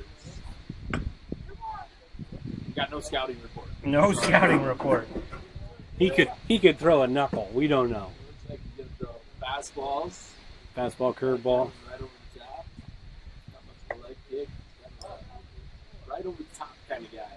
Well, he's going to get initiated quickly because it's the top of the order due up for the Mustangs. Hunter Dukes last year was over 400, led the team in triples, as we mentioned earlier, school record in that category. And then Camden Warmer right after him, followed by the pitcher who may also be done, Spangler, who's worked his way on twice already today. Yeah, his way to the dugout. It looked like he gave the whole pitcher high five thing coming into the dugout. Hey, good job, good afternoon. We'll go with somebody else for the last couple here. So Duke's up to the plate, leading things off here in the bottom of the fifth. Again, the new arm on the mound is Drew Elin. First pitch of the afternoon for Elin. Maybe a little bit of a good sign here for the Mustangs. Was quite a bit high. So if he can stay elevated, may get some guys on base and run around a little bit. Yeah, got to start with the base runner. Second pitch, high just as well. Again, like you had mentioned, with that straight over the top release point, not a lot of bend, not a lot of stride. Sometimes you tend to be high in a situation like that. And the 2-0 pitch is grounded up the middle, and it's mishandled.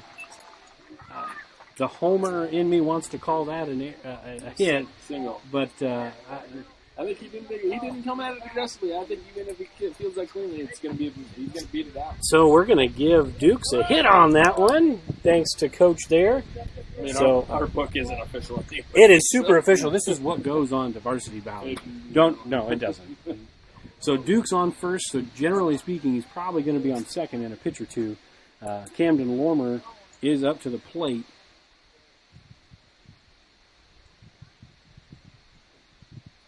And that ball squirts away, and that's ball one, and that's going to not be a stolen base, but a passed ball. I think, it's kind of, I'm a Royals fan, and I remember back when the Royals were good, 14-15, they had a guy by the name of Gerard Dyson, and he always used to say, that's what speed do. It makes you do weird things. The catcher trying to be too quick, too fine. The pitcher trying to go home too quickly. Bad things tend to happen. You might not get a steal, but you're affecting the game. Yeah, for sure. And that was just a matter of just kind of being either too quick or kind of lazy on that pitch down in the zone. Just kind of let it squirt between his legs there. So 1-1 the count. Camden Lormer with a guy in scoring position. That ball's high. So 2 balls, 1 strike. Lormer batting for the first time tonight with a guy in scoring position, and it's not out of the question to see number 8 out there running from second to third here. You don't ever want to make the first out at third. I mean, it's kind of a general baseball rule. Don't make the first or last out at third, but we're going to get it right there. We were just talking about it.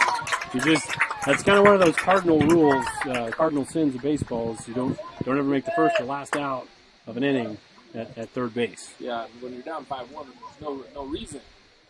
You kind of talk to. I'm sure you're talking with that 6th and 7th grade baseball team that you're working with. My wife and those ladies that work with the 5th grade team. I kind of talk to them about.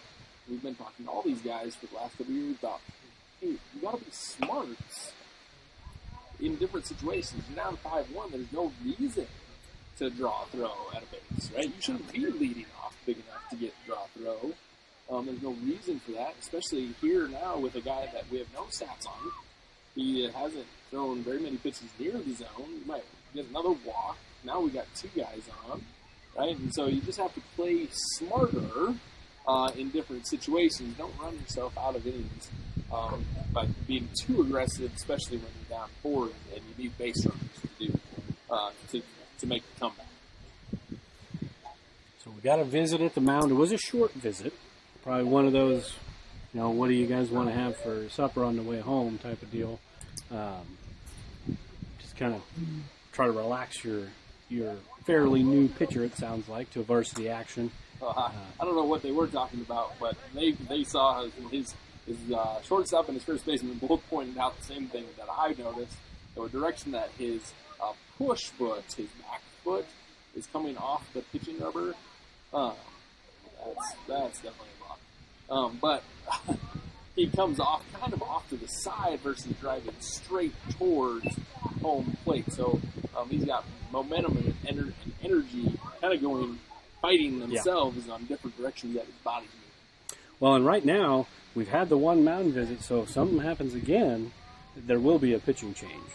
You can't have 2 in the same inning. Second pitch to Spangler. is also high, and he's been missing. I mean, he's thrown a couple of low balls, but for the most part, they've all been elevated. Yeah, and that's just a matter of being flexible. He doesn't really fall forward. His chest is always up and kind of driving towards the plate versus bending, following through. You hear people say, follow through. Grab really, some dirt. Right, it's all about the chest and the chest angle driving the pitch to the plate. And that was a little bit lower, but just a little outside. It's probably still a little high as well. So we're 3-0. And he is looking into the dugout like, hey, you guys have somebody warming up because I don't feel comfortable doing this right now. Yeah, and it kind of a blessing in disguise. And you know, if you end up losing the game by 1 run, you might look back on that Hunter Duke situation. But that kid's going to win you more games than lose you. It was just an unfortunate situation. You hope that doesn't rear its ugly head down the road. And in there for a strike. That is the first recorded strike. Technically speaking, the one that Dukes hit was a strike because it was a batted ball in play. But that's the first called strike of the inning for Elon. So good for him to get at least on the board with one, albeit still a 3-1 count. And that ball missed high, so Spangler still 0 for 0 on the day, Coach. 3 plate appearances, but no official at-bats because he has walked all 3 times. Hey, get on base and keep that on-base percent Mm-hmm. up. It's a good thing. And there's going to be another visit from the coach for Mount Air, so that means we will have a pitching change. We'll have all the details for you when we come back. 5-1 Raiders. Mustangs threatening here in the bottom of the 5th. Kane, the real boss at Gowing Plumbing, but don't tell my mom and dad. I'd like to talk to you about tankless water heaters with endless hot water. If low energy bills and higher home values are important to you, you might consider a more efficient tankless water heater from Gowing Plumbing. Call 712-246-1803 and they can help you.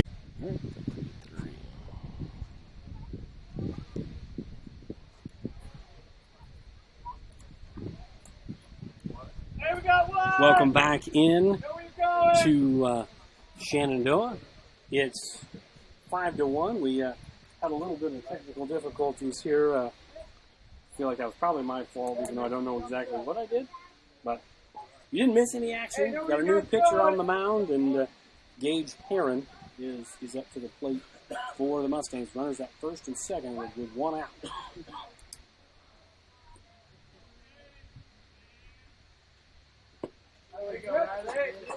First pitch in there for a strike. And I believe that's Riley Stark out there, Coach. Yeah. Who also didn't have any stats last year. 0-1 is just low. So we're 1-1 to Gage Heron, who on the day is 0 for 2 officially, but he did reach on an error and score in the 4th inning. And the pitcher steps off. Nobody's covering first there. So if I'm Spangler, I'm probably just going to get off as far as first baseman and stay behind. And the 1-1 pitch is chopped foul. So it's going to be 1 ball, 2 strikes.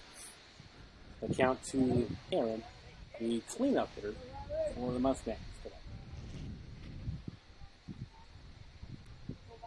Coach, your thoughts?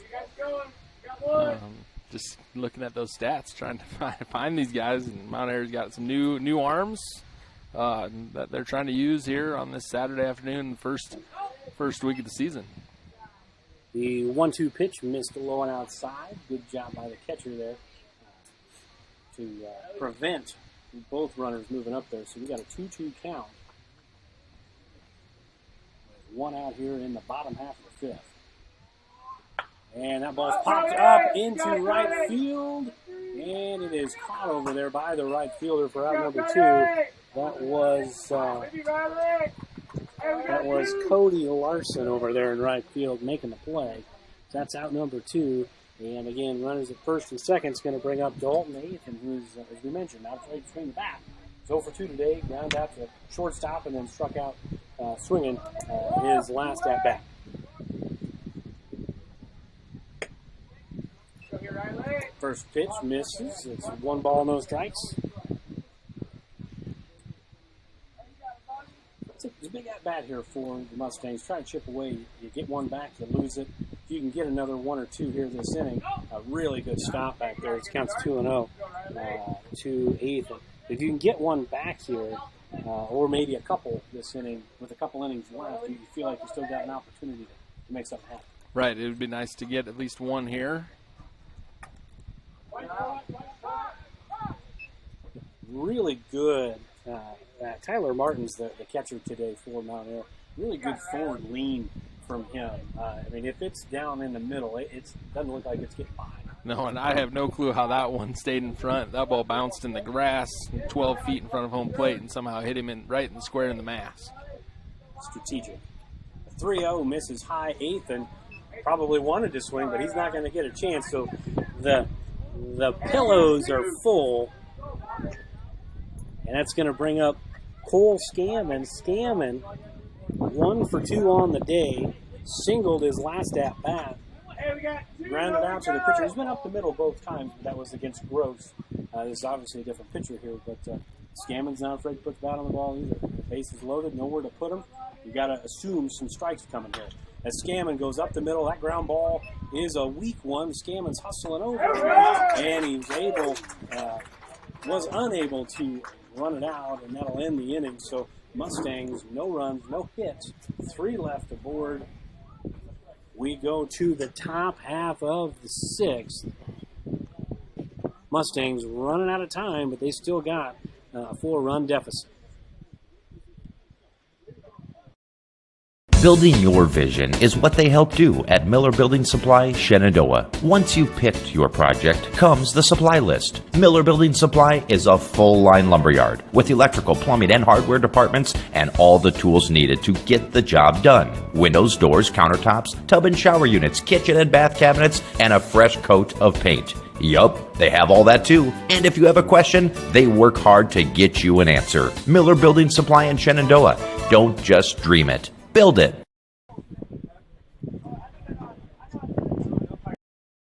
United Group Insurance is a team of people you know and people you trust. We offer home, auto, farm, crop, life, health, and commercial insurance from our convenient offices in Atlantic, Griswold, Red Oak, and Shenandoah. Our team of agents work together to make sure our customers find an insurance policy they feel great about. We offer a variety of insurance carriers, so you can choose what works for your coverage needs. Learn more at United Group INS. That's Tyler Babe. Welcome back to Shenandoah. Harry Sparger Field, 5-1 the score, top of the 6th. We've got a new right hand on the mound, and that is Camden Warmer, coach. What do we know about Warmer? Well, you should have told me during the break to look up our staff. No, it's okay. Well, he pitched a year ago, correct? He did. Freshman? Yes, yeah. He did. He did. He has not got on into any games because he just played the one. So right. He didn't pitch in the first game. He did not. He did not. He's got a little kind of a 3/4 arm slot, maybe a little low elbow type of pitching motion. So he's got a decent breaking ball, I think, and see if he can't keep these Mount Air batters off balance just like Spangler did through the first 5. So with the substitutions here, looks like got Scammon moving over to second base, and Spangler's going to go to shortstop. Lormer's coming in from center. I can't tell. Yeah, that's Trayton Foster. Okay. 8th grader Trayton Foster moves into center field out there. So that must mean that Reed is out. Out. So Foster will be batting for Reed in Reed's spot in the batting order. Okay. It's going to be top of the order due up for the Raiders. Frost, the near 700 hitter from a season ago. That's still really impressive.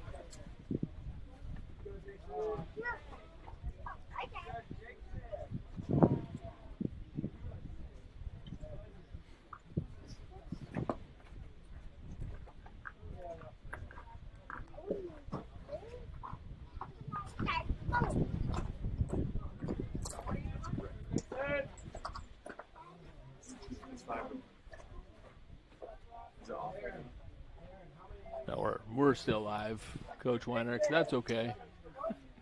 We're just sitting up here. We are ready to rock and roll. Jason Frost up to the plate. Warmer kicks and fires. First pitch popped up. That's maybe going to have enough room, but that's going to hit something. And it did, sure did. We didn't get that on the camera. My camera guy's sitting down with his phone. But that's okay. That's all right. 0-1 the count to Jason Frost.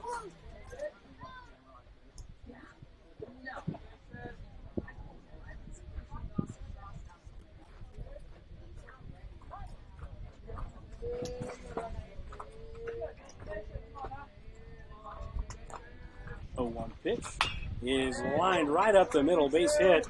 I believe the 750 or 700 batting average from a season ago, because that kid is already 2 for 4, and he's hit the ball hard all 4 times.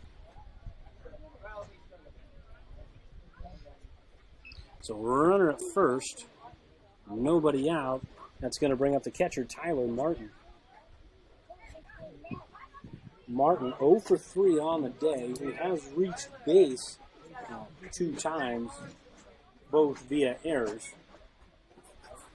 Frost on the move on the first pitch and no throws. So Frost with the stolen base puts a runner at second base with nobody out.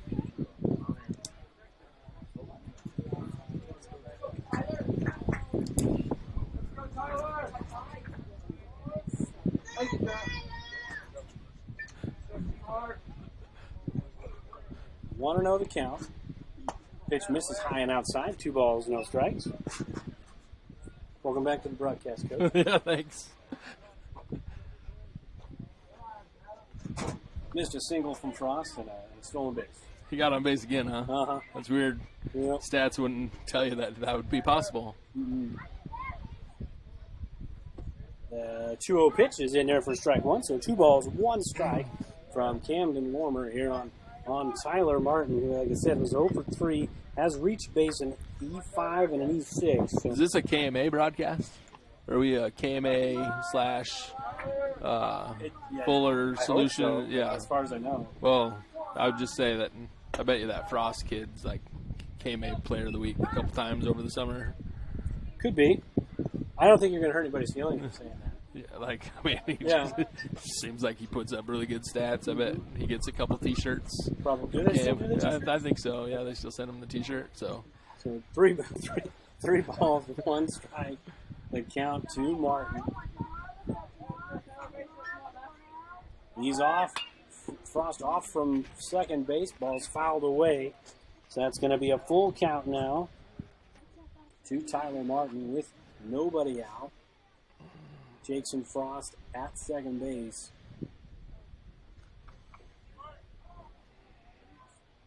Got some birdos on the field behind us. Yeah, they're messing up the field so they can drag again, I bet you. A full count offering to Martin. On the way, just missed outside. So free pass to Martin. That's the 3rd time he's reached base today. That's going to bring up Rice Reynolds, who is 1 for 3 on the day. He's hit the ball all 3 times. Singled in the first, lined out to the second baseman in the 2nd inning, and then grounded out to third base to end the 4th inning. So, I mean, he's going to put the bat on the ball more than likely. He's got to be able to make the play. Snap and throw back to second base. It looked like Warmer almost fell there. Yeah, almost tripped himself there on the backside of the mound. That new mound. Tried to spin it. Yeah, they worked on it yesterday. It looks good. It's holding together pretty well, it looks like. A little dry. That clay gets dry and starts to crack. Pitch to Reynolds is in there for a strike, so 0-1 the count to the number 3 hitter in the lineup for the Raiders. 0-1 the count, 5-1 the score, top of the 6th. Runners at first and second for the Raiders. Frost is at second and Martin is at first. The 0-1 pitch is swung on, missed. The throw to third. Oh, got him. looks like, oh, they called him safe. I was with you. Looked like they got him. Did you get that on camera? Yeah, I did. We'll zoom in on that later. I feel like they got him right there. But that's going to be a double bounced, steal attempt. Bounced right to Twyman perfectly, and he slid into the tag. But, I mean, I'm sure the camera work wasn't fantastic, but I think I might have gotten that. So it is an 0-2 count. Runners are now at second and third.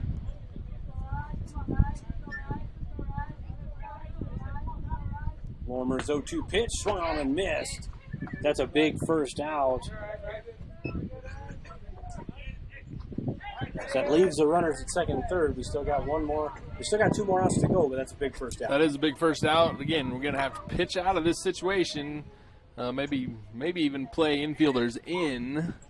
Although the left side is in, the right side is not. I feel like the infield should probably be in here trying to cut down a run. First pitch, a little bit of a wrinkle on it, so it swung on and missed in the dirt. It's a good job by Dukes back there to keep everything in front. Like we've mentioned a few times already, that big backstop, it matters in a situation like this. You're within slam range. So, I mean, it's still anybody's ball game right now here at the top of the sixth. 0-1 is in the dirt, and the bunt attempt was pulled back, so it's 1 ball, 1 strike to count to Jaden Knight, who is 0 for 3 on the day. He's reached base once and scored in the first, but he has since flied out to second and struck out as well. So 1 ball, 1 strike. Warmer kicks and fires, and that's just high. 2 balls and a strike.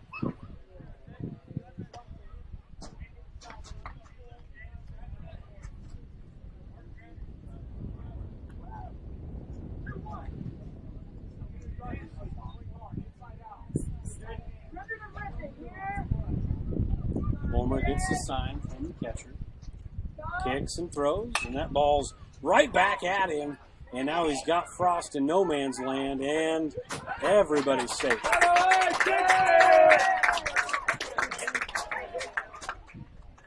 What do we call that? That's a fielder's choice. Yeah, correct. Yeah, unfortunately, and so the batter gets on a fielder's choice, and yeah, everybody's just safe. He made the right play. Yep. I would, the only thing that I'd maybe do different is, again, try to get the ball to the base a little bit sooner, and then start the rundown actually between the bases, right? You got him leaning back that way. Now throw it to Logan.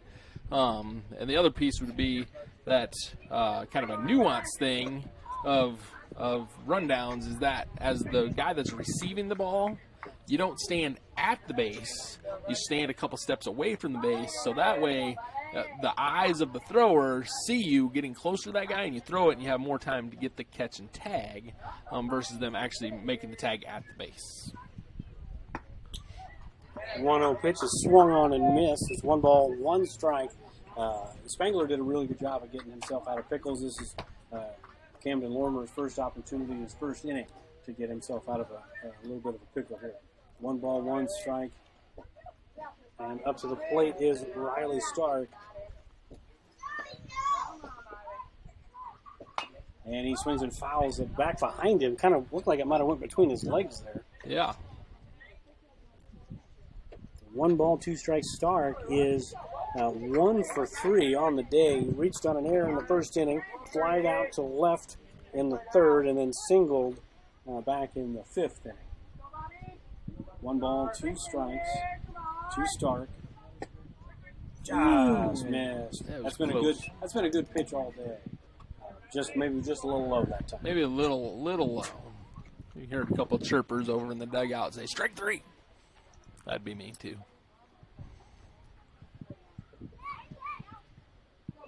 2-2 pitch from Lormer, misses high. So we're full, nowhere to put him. So action pitch right here. Something's going to happen here. Either a swing or a free pass. And something's going to happen. Let's go, buddy!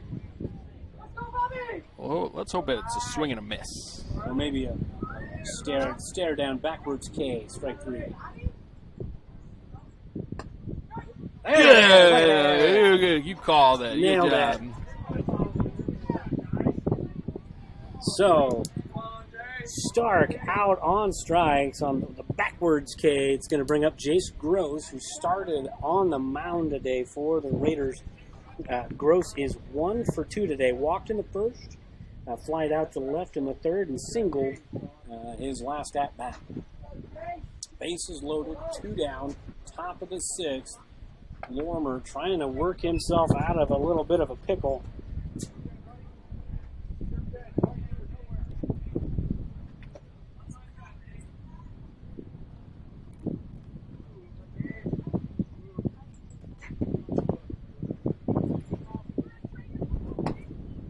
Pitch misses high, so 2 balls, no strikes. 2 Gross.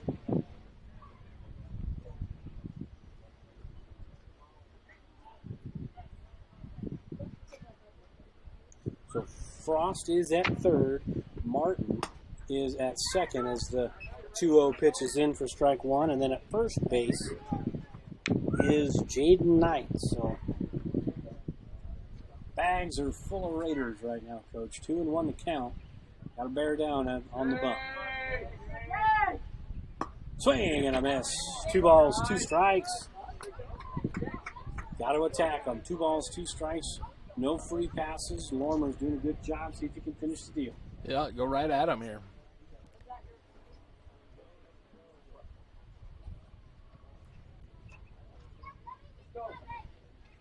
And the 2-2 pitch. Outside, good stop by Dukes. So we're full again. Consecutive batters, a full count. It's a lot of stress, a lot of high intensity pitches here for Lormer in his first inning. Yeah. Now with 2 outs, bases loaded, these runners are going to be in motion, so our infielders need to field it and throw it across. 3-2 pitch, fouled back. We'll do it again. So in a situation like this is just me asking you a question here. If you know they're going to run, would you maybe have a play in your back pocket to where you came to third? Well, we always, when we did it, we ran a play actually behind the guy at first. Full count pitch is grounded back to don't panic. Lormer. He's got time, and a really smart job by Lormer not to panic. He took a hot second, and he's able to get the force out at first, a third out, no runs, 1 hit, 3 Raiders left on base. We go to the bottom half of the inning, still a ball game, 5-1, Raiders on top.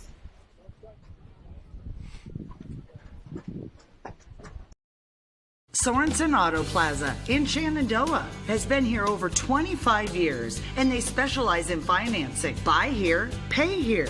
At Sorensen Auto Plaza, they finance all credit types. Bad credit, no problem. Visit SorensenAutoplaza.com to apply for financing and stop by and visit us on Sheridan Avenue.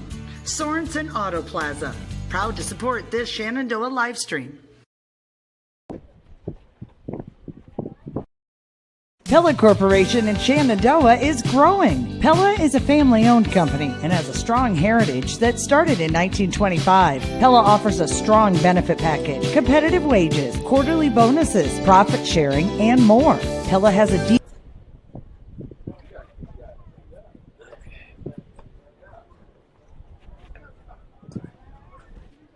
Welcome back into Shenandoah, bottom of the 6th. 5-1. The Mustangs down by 4. They got their 7, 8, 9 due up to start the top half of this, or the bottom half of the 6th.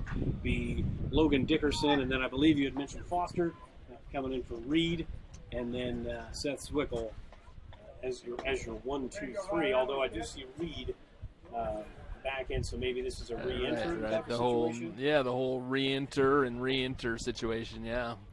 So he'll get to bat, and nice. Probably Foster coming back in. And did they change the baseball rule? They changed the softball rule, so we can so everybody gets a re-entry in softball. So whether you start or come in as a sub, if you leave as a sub, you get to re-enter. I don't know if that same rule applies to baseball or not. I guess we'll find out. Uh-oh. TJ's messing with the microphones. Just unplugged his. Hopefully we don't lose anybody. Can you hear me? It's still going up. Hopefully it's still going up here. All right, we're good. All right. So Dickerson leads things off, and bottom half of the sixth, and it's a high for ball 1. So 1-0 the count to the senior Dickerson. On the day, he is 0 for 1. He was hit by a pitch in the second inning and then hit into a fielder's choice in the fourth inning. So it's 1-1 now the count to Dickerson. 1-1 pitch is a bender that just missed. It looked like he wanted to call it. He did. He almost froze because it was such a big, slow curveball. That old 12-6 bender fooled the umpire. 2-1 pitch. That's in the dirt, ball 3. And then he paid for that one. Bounced right up and got him. Yeah. You're not going to call a strike on that bender. I'm going to get you. Ball don't lie thing.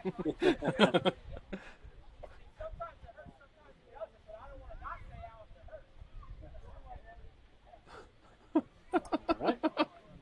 And we move on. Good conversation there between 3-1 the umpire and count. Coach Roberts. 3-1 the count to Dickerson, and he is going to get a free pass here. So we got a runner at first, nobody out, and then re-entering Michael Reed.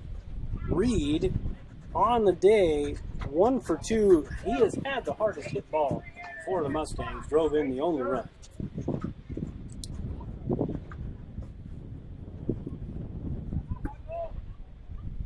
So Reed is back in the game. Dickerson at first, ball high to Reed. Both pitchers that have come in, it was Elon and then Stark, who's on the mound now. Stark was much better in that last inning, but he's been missing high. And this current inning, he's kind of all over the place. Gross did a really good job. He was all around the zone all the time. The next couple arms they've thrown out there have been kind of hit or miss. Yeah, a little bit of mechanics flaws, really. Both stand up and just really have their legs going one way and their arms going the other. So Stark nearly fell on that delivery. So if you're Reed, you're 3-0. Stark hasn't been anywhere near the zone so far. Probably one of those situations where you got the red light. Yeah, for sure. We need base runners. Balk is called. So we got a balk. So you want to give the viewers, if they maybe couldn't see it with the bars that we got in front of us here? I did not see what he did. I was looking at home plate, but I feel like maybe he shifted his feet more than once. Like, yeah. That's what Blue's giving us is Started the whole motion. Yeah, started and stopped. It was kind of one of those just hittings. Yeah. Like, yeah. So 3 balls, no strikes.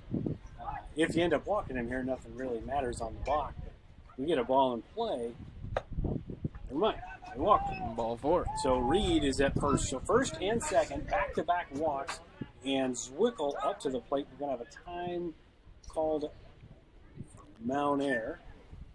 And it's going to be about the 4th visit I think Mount Air's had today. You wouldn't think they'd be up by 4, but they are. I mean, they're having some trouble with the bullpen arms. Yeah, now it looks like we're going to go to number 24, Darren Drake. And he does have some stats from last year. He got in 1 game. So he's the designated hitter, though. Yeah, so they just explain got to me how that works. Well, because he's DHing for number 9, third. Right, that's not legal. 9 has to come out. But anyway, we'll figure that out in a second. Darren Drake did pitch in 1 game last year. He pitched 4 innings, got a win, faced 14 batters. They batted .071 against him, and they had no earned runs, 5 strikeouts, 3 walks. Well, he's I think up. the umpire is looking at him saying this Yeah. isn't legal. Well, we'll step aside. They're going to talk about it, and it'll give us a chance to catch our breath and hopefully come back to some Mustang runs here after a bit. Every inch of your body puts pressure on one place, your feet. So give your feet everything they could ask for by walking in to Brown Shoe Fit Shenandoah. Shoes for every occasion, boots for any situation, and above all, the right fit for you. After all, Brown Shoe Fit has been fitting feet for over 100 years. The only downside, so many shoes to choose from and only 2 feet. Great service, great selection, a great fit every time at Brown Shoe Fit, downtown Shenandoah. Right, you're stuck in that spot. This very moment, a board-certified surgeon specializing in female pelvic medicine and reconstructive surgery is scrubbing up in a newly remodeled surgical center full of the latest technology to give a woman a chance to take back control over her body. It will take less than an hour. There will be minimal recovery time, and afterwards, she'll start to feel normal again. These are the things that happen here every day. The new surgical center at Shenandoah Medical Center. Your health is our mission. Green Plains is transforming. In addition to being a first-class biofuels producer, we are now a leading ag-tech company, producing high-quality feed ingredients for dairy, poultry, swine, pet food, and aquaculture. At our Aqua Lab, we are conducting research to produce the best ingredients for our optimal aquafeed products. Green Plains is expanding in every way. If you're interested in being a part of this journey with us, check out our website for our latest job opportunities. Way I pay to spray. What did you say? Pay to spray, custom application? Oh, input costs can get pretty high. I want to buy my own sprayer with automatic boom shut off and really big booms. Gotta love some big booms. The ag economy's down, but I'm bullish and my numbers are good. So what do you think? Let's make it happen. The ride to your dreams is easier with the right partner. Bank Iowa. Let's make it happen. Welcome back to Harry Sparger Field. 5-1, Mount Air on top, bottom of the 6th. Coach, a lot of stuff has gone on while we were away. Explain that alphabet soup for us real quick. Yeah, so our new pitcher started as the DH, and so he has to come. He's coming in, but that means the guy that he's hitting for, which was our third baseman over there. Yeah, just for reference, Raines sack. Yeah, so he needs to come out of the game to get the DH into the game. So we're going from 10 to 9, and then if that guy that he came in for, the guy that he was hitting for, if he were to re-enter and wanted to pitch, we could go back from 9 to 10 with the re-entry rule, and he would just go back to being the DH. So had to kind of work through that. So long story short, a great description, great explanation. Drake is on the mound. First pitch bounced over the plate and over the head of catcher Tyler Martin. So now 2 in scoring position for the Mustangs with nobody out. A really good opportunity to chip away with just 6 outs remaining. Yeah, it kind of seems like Mount Air is, going to some arms that are further down in their lineup. I don't know if they maybe have one more guy that could come in and get a close situation. Not 27 probably could. I'm sure he could if he didn't pitch last night or the night before. 2-0 the count. 2-0 is low. So that's going to be a 3-0 count. You can hear Coach Roberts telling Seth Swickel it's a 30-30, so it's a 3-0 count. What's he trying to tell him? He's saying you better not swing or we're going to have problems. So 3-0, and it's a good thing he didn't swing because the pillows are full of Mustangs. And, and the crazy part about it, maybe it's not crazy, it's high school baseball, everything's weird, but bases loaded, 2 pitchers, no hits, no swings. There's been maybe 13 pitches in this inning and only 1 strike. It's been a lot of walks. A lot of walks, not a lot of things in the zone for sure.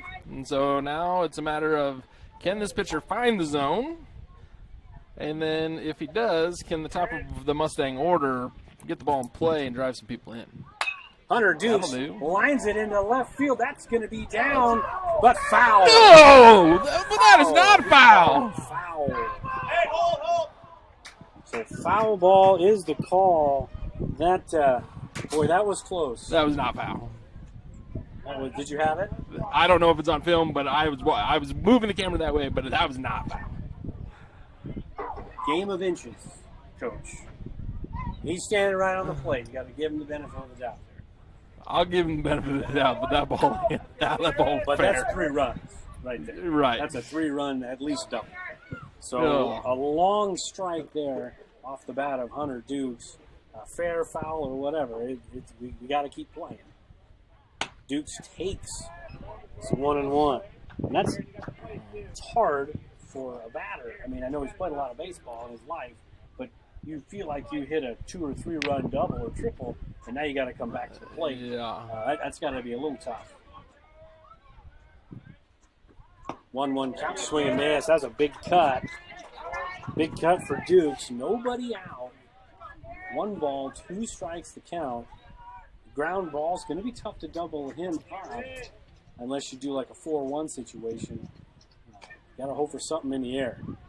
Foul ball, and it was not caught, so he stays alive. Fortunate break there for the Mustangs. Yeah, that foul tip pops out of the catcher's mitt, gives Dukes another chance. He catches that, he's out. Yeah.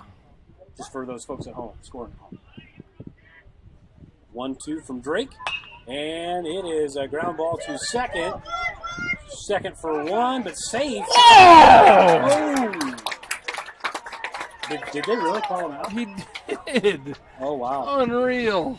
Whoa. The run scores, so because it's a double play, it will not get an RBI on that play, but the run counts. That's kind of an inning killer right there. Yeah, gee whiz, that's 2 rough calls.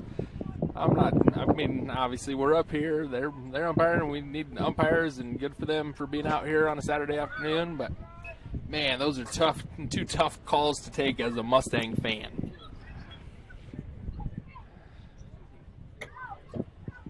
So we've got Reed at third with 2 outs now. 1-0 the count to Camden Lormer, and now it's a 1-1 count to Lormer.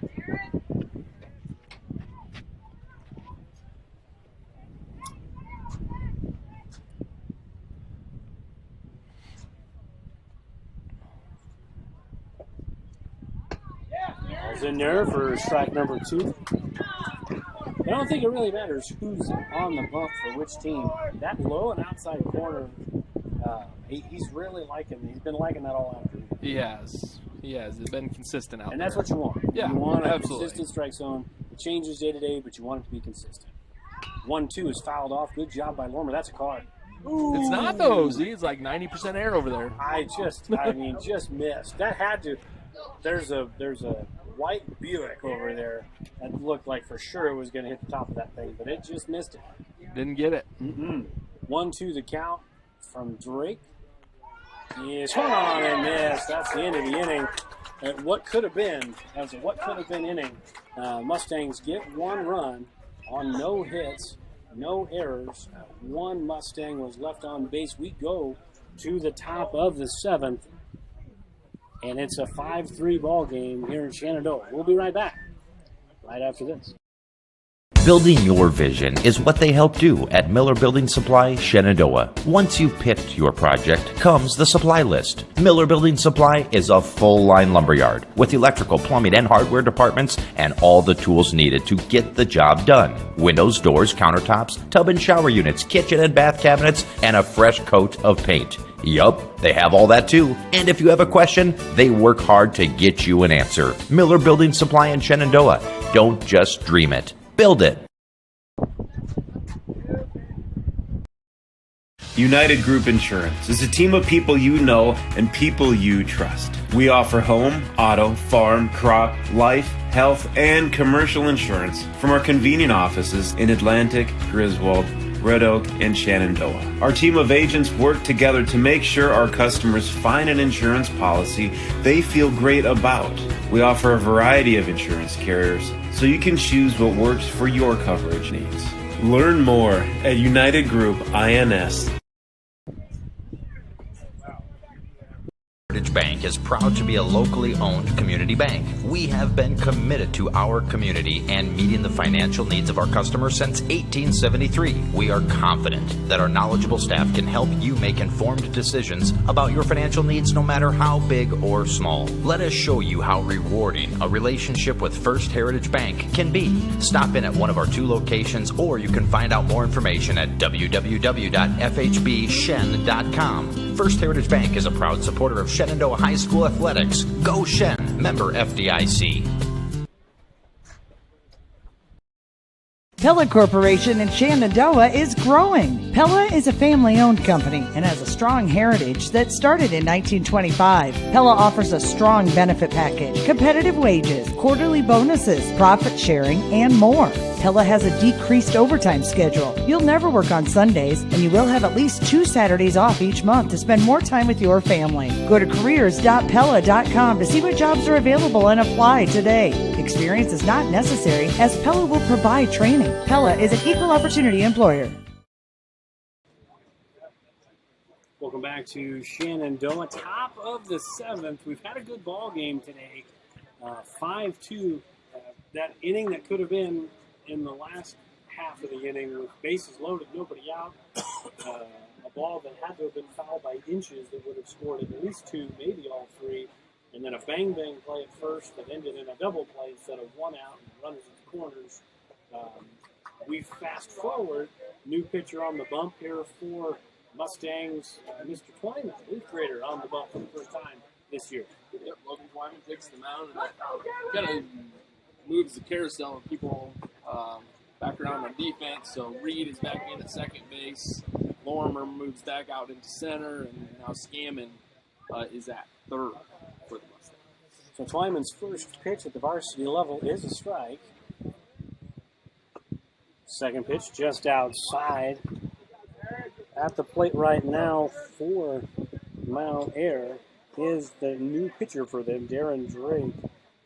It's a 1-1 count to Drake. Twyman, as the ball hit right up the middle, it's right in between first or second and short. That's a leadoff single for Drake.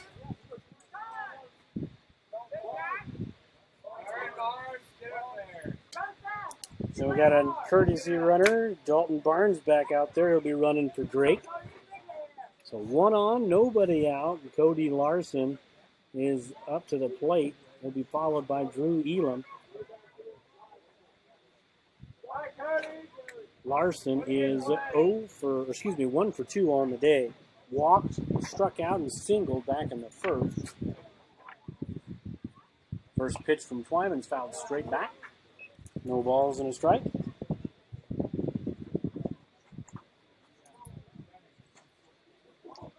Kind of a big spot for an 8th grader to get his first varsity chucks from the mound. Trying to keep it at a 3-run game. Nice pitch.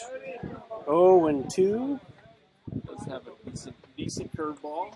He's worked on a changeup. I don't know if he's been throwing it this year or not, but does have a decent breaking ball. Maybe with an 0-2, we'll see it here.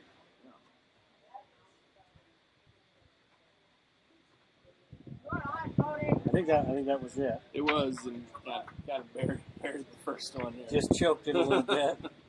1 ball, 2 strikes. I'm sure he'll throw better ones. He might throw worse ones in his career, but I'm sure he'll throw better ones. Pretty good young player. Yeah. 1-2. Missed just about a 58-foot breaking ball there. That's one of those ones you want him to swing and miss at. Right. 2 balls, 2 strikes, the count to Larson. Top of the 7th, nobody out. Courtesy runner Dalton Barnes over at first. And there's a ground ball right into the hole. That's a tough play for the shortstop, Spangler. Bang, bang play and safe. So that's going to be an infield single for Larson. Tough play for Spangler. Really good athletic play to kind of slide into the scoop and make it close at first. Yeah, really good job of getting way over into the hole and still having enough on it to throw it and make it close at first base. Good play, but now here we are again with runners on base and having another pitcher who has to work out of a stressful inning. First pitch, swing and a miss, and I don't think he touched it. At least from up here, it didn't look like he touched it. But nobody advanced, so no balls and a strike to the number 9 hitter in the Raider order. That's Drew Elin. Elin 0 for 4 today. 2 fielder's choices in the first and second inning, and then struck out in the fourth and fifth. And he's now down in the count 0-2. You don't ever want to think this way when you're on the mound. You just want to kind of see the zone and throw the ball type of deal. Like 0-2, runner in scoring position. Are you thinking don't choke the curve? I mean, is that what an 8th grader's thinking right now? Nope. It's not. I'm betting that the pitch calls are coming from the dugout right now. No. I wasn't saying that's not what I meant. Right. But I mean, if he gets that call, right? In your head as an 8th grader, are you thinking don't choke it, don't choke it? Floated up there versus Barry. Well, here you go, 8th grader against the best hitter in their lineup right now. This will be a nice little battle, as Frost has been a nuisance at the plate all day for the Raiders, with 1 out here in the top of the 7th. That pitch looked pretty good, maybe a little bit up. That did look pretty good. So, how's it? Yeah. What is the strike zone really? Because isn't it supposed to be? I mean, the letter of the law. What letter of the law? It's not letters, but it's like mid somewhere in there. Well, softball's different than softball. They say letters to like mid shin, right? But here in baseball, isn't it? They say belt to knees, but it's usually like belly button to knees. Yeah. Right. Yeah, I would say that's fair. Wouldn't you think that was belly button? I'm nitpicking, but we've been talking for 2.5 hours straight, and I'm running out of stuff. Yeah, maybe close. And just inside, so 3-0 the count to Frost. They say sometimes it's okay to walk a guy if you can work yourself out of it. This kid's one swing away from 2 RBI. Might be one of those cases. Yeah. Like, don't give him a free cookie here, and he didn't. So Frost will walk, and that will load the bases. If you can get out of this thing, if you're Twyman in the Mustang, you can get out of this thing. That walk you might look back on as a pretty good thing. So right now at the plate is catcher Tyler Martin. Martin is 0 for 3 at the plate today. He popped up in the first, reached on an error in the second, reached on an error in the fourth, and then walked his last 2 at-bats. So he hasn't killed him yet with the bat Frost had. Now he's down in the count, 0-1. Good start for Twyman at the dish. Or excuse me, on the bump. Yeah, try to get a ground ball and get out of this thing. Martin pops it up into right field. That wind's going to keep it up in the air, but it's foul ball. Fortunate there. Heron was on his horse. He's kind of playing, I don't want to say he's playing left center, but he's not on the line here by any stretch of the imagination. He's kind of playing the whole bases line, right? Yeah, it's definitely. We tell him to line up on the bases. Yeah. He's kind of in that gap. He's a long ways from the foul. Yeah, I don't know if you can see him all the way out there. He's all the way out there. Oh, that's not him. There he is, right there. You see him? Good. Okay, we're good. Sorry, Coach. Messing everything up. Now it's probably blurry. Got him looking. So 2 down. That was the bender you were talking about. The breaking ball. Like I said, he does have a good one. Beautiful, beautiful curveball. Throws him. That's out number 3. That brings up Rice Reynolds, who has a hit today. He's 1 for 4, singled all the way back in the first inning. Yeah, this would be a huge out to get here. Even the bases full.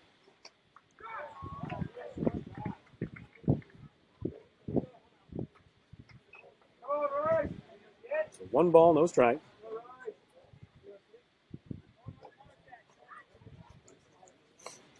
Twyman kicks and fires, and that's high.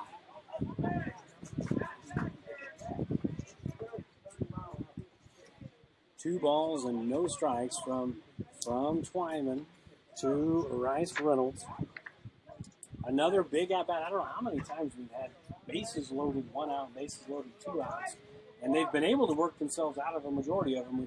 They got 1 more to get, and that's a little bit more of a firm pitch there from Twyman as Reynolds fouls it back. Didn't hit a vehicle, as Coach said. It never will. I didn't say never. You said never. Never. I didn't say never. I said the probability is really low. I heard never. You didn't say it. I didn't say that. It's recorded, so we can go back. You didn't probably say it. So 2 balls and 1 strike. Reynolds at the plate. Base is full of Raiders, nowhere to put him.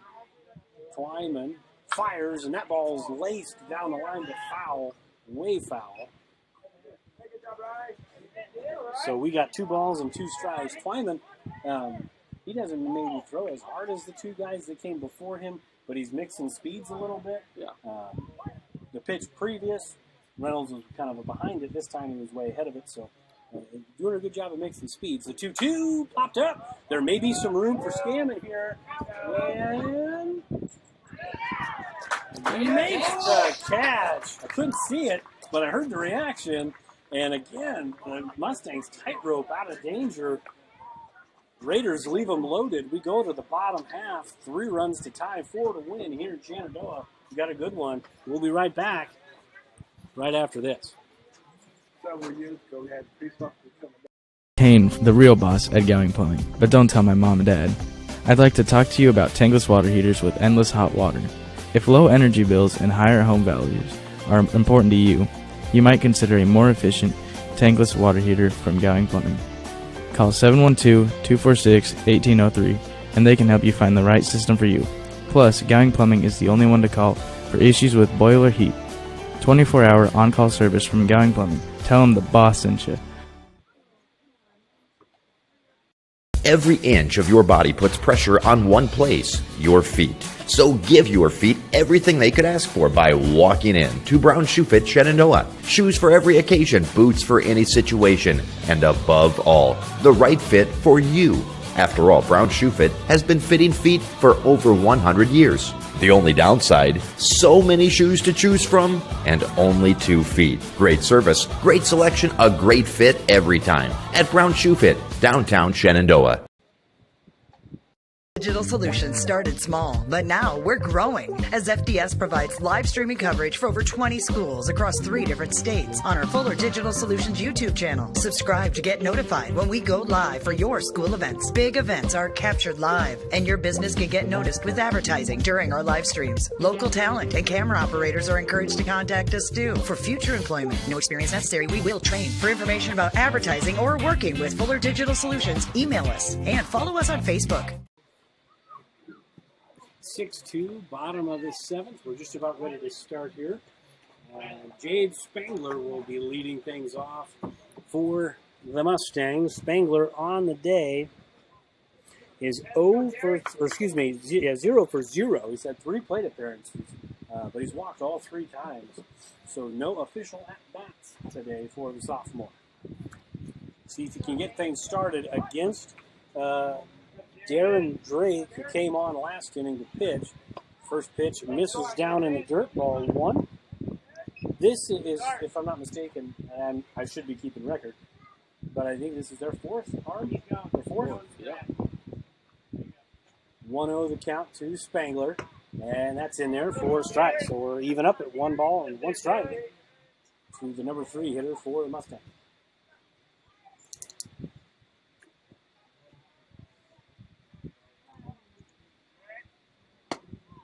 1-1 pitch. Miss probably outside there. Just a bit outside. Just a bit outside. It wasn't that. Your Bob Euchre, right? It wasn't. 2-1 pitch is swung on and missed. You know, Spangler hasn't had a lot of pitches to swing at today. He's walked 3 times, but when he has swung, they've been healthy cuts. Yeah, no, he's not getting cheated at the plate, that's No. for sure. Like you tell your girls, swing hard, you might hit it. 2-2 pitch is way high, so we're all full I think if you're Spangler now, you could probably eliminate any junk right now because it was 2-2. You threw some junk. It was way high. You're probably going to get a fastball, something to do something. And just missed. So still a perfect night at the plate for Spangler. 0 for 0, 4 walks. That's why there's different categories. Yep. He's 1,000 for on base percentage. Hey, I'm not poo-pooing it. You got to get on base. Get on base any way you can. Find a way on. Gage Heron to the plate. He is 0 for 3 at the plate today. He's hit the ball a couple of times. Fouls the first pitch off for Heron in the first inning. He struck out looking, and then he came back in the fourth, and he reached on an air, hit the ball out to center field, where the ball was dropped there by the center fielder, and then he flied out to right. His last one back. Spangler on the move. There's a pop-up. Spangler's got to get back. Looks like he's going to get back in time, and Foss makes the catch. So pop out for Heron. So it's going to be out number 1. Hey, we got one. So 1 out here in the bottom of the 7th, and it's going to bring up Dalton Athan.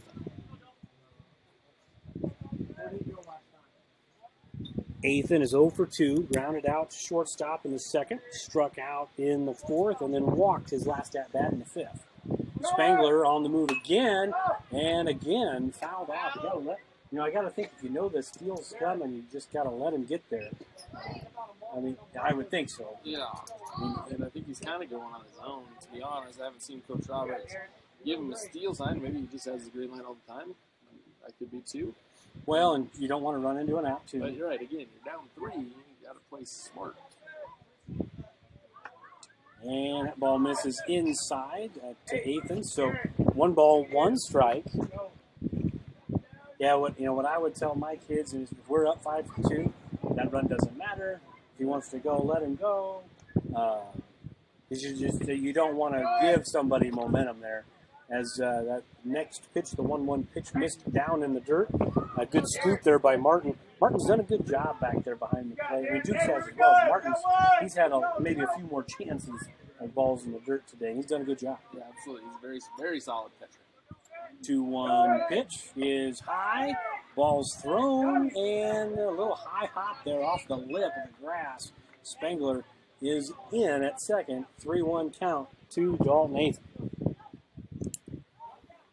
That does take you out of the double play situation. So again, you can get there. You can get there. Good for him. Now it's a matter of continuing to build base runners and drive somebody in. 3-1 pitch is just a bit inside. So Athan works his way aboard for the 2nd time today. It's going to bring up Cole Scammon. It's ball 4 anyway. And now I have to wear it. Mm-hmm. Come on, man. I think it got him in a cheek, though. So there's some meat there. He's all right. Right there in the ribs, that's where it really hurts, though. No fun. Yeah. So we got runners at 1st and 2nd. Cole Scammon up. He's put the ball in play quite a bit today. First hit of the game for the Mustangs was off the bat of Cole Scammon. He's been up the middle all day. We'll see if he stays that way with the new arm. First pitch misses high. So it's 1 ball, no strikes.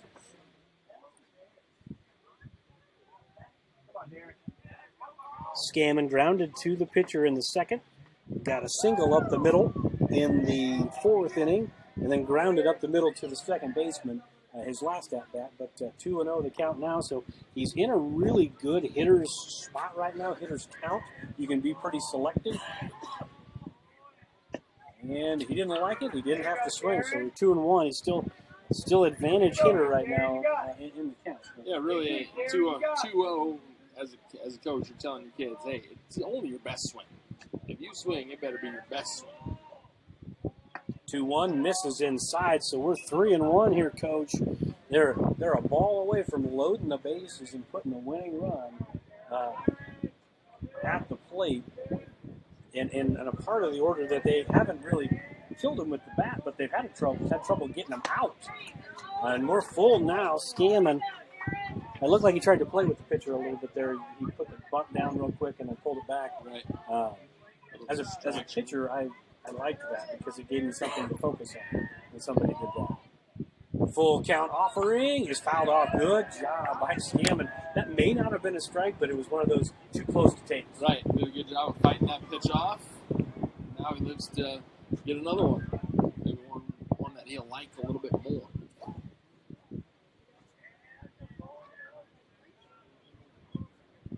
The payoff pitch one more time. Misses high. So the pillows are full again, Coach, with Mustangs. Tying run is aboard.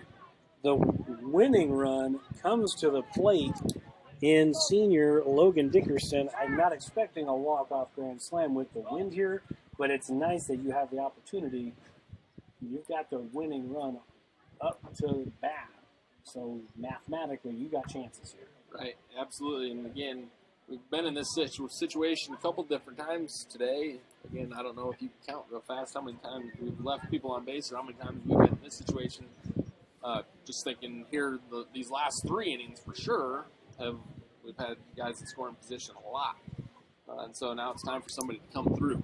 We have left, just by my quick count, 12 on base today.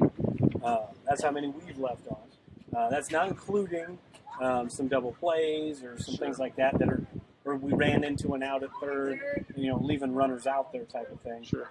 Just at the end of the inning, how many were left on base? I got 12. But on the flip side, let me just count up mine theirs because theirs is a ton too. Mm-hmm.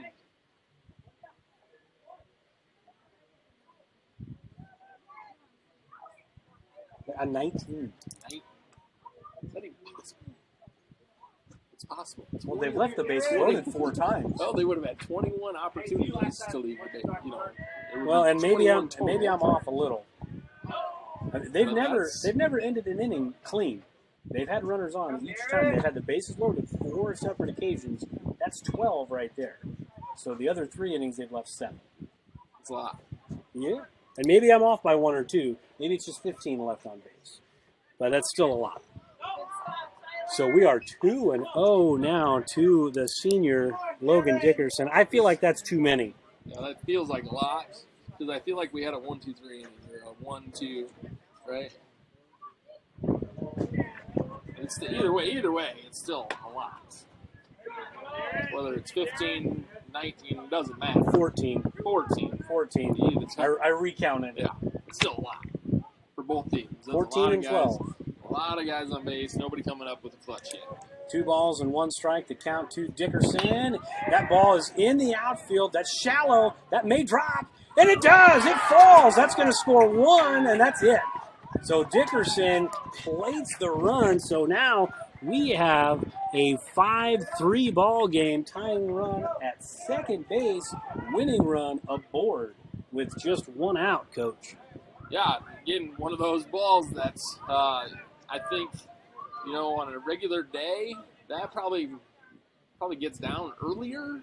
But I feel like the wind actually kept that ball up a little bit longer than it would normally give a guy to come get it. And he almost made the play. Good effort there by the center fielder. But finally a clutch ball gets down for Shenandoah and pulls them within a 5-3. Yeah, and then if you're the center fielder there, which is Drew Elin again, he's had 2 times where he's laid out and just couldn't quite make them. Today, that time looked like it knocked the wind out of him just a little bit. Yeah, that was a big effort. Laid out, almost had it. So now Michael Reed up to the plate. 1 senior has come through in the bottom of the 7th. Now it's time for senior number 2 to come up. He's already got 1 hit today. Reed, by my count, is just 1 for 2. Struck out in the 2nd inning.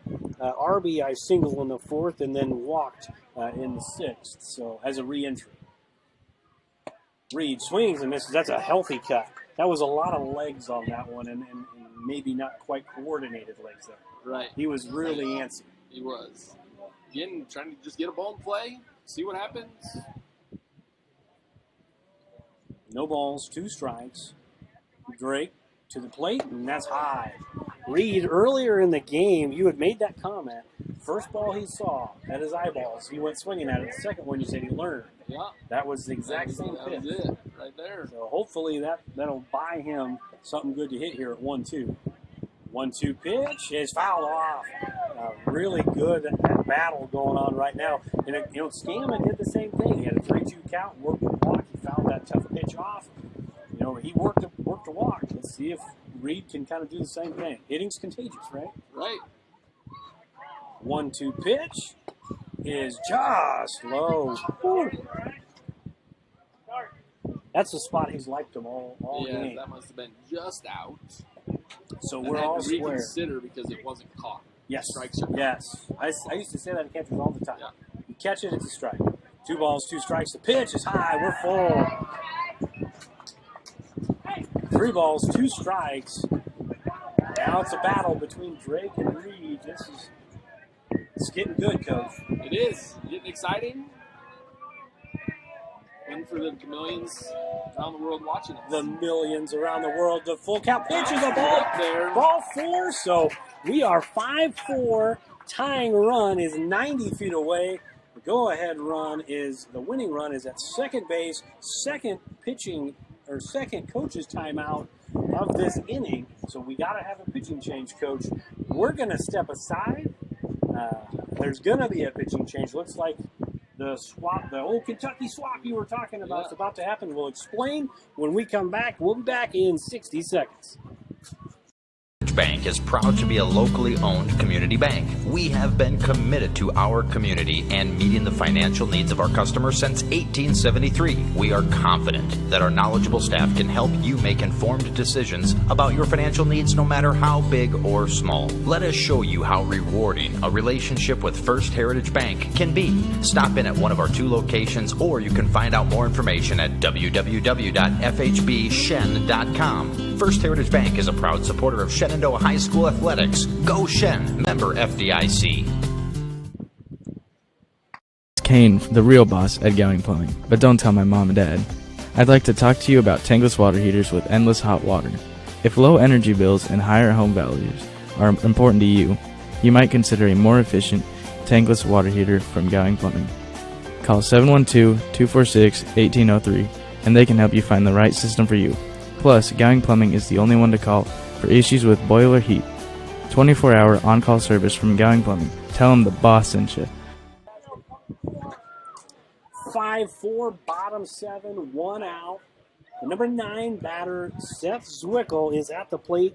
He is 0 for 3 today, grounded out to the third baseman, struck out, 0 for 2, and then he walked his last at bat. New pitcher is Rain Sackett, back in on that little DH debacle from earlier. And Sackett's first pitch is high, so Zwickel up in the count already.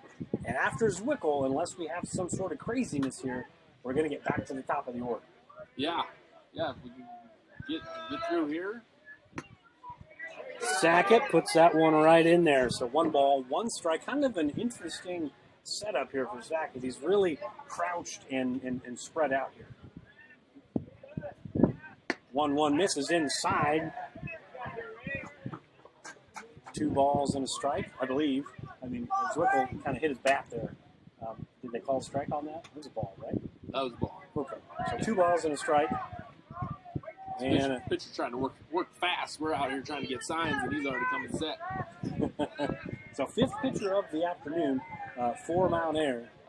Sackett's pitch is offered at. Probably would have been ball 3 right there. The Hawkeyes do play here in a little bit. That's a old Rick Heller's squeeze with bases loaded type of play, trying to get that run in.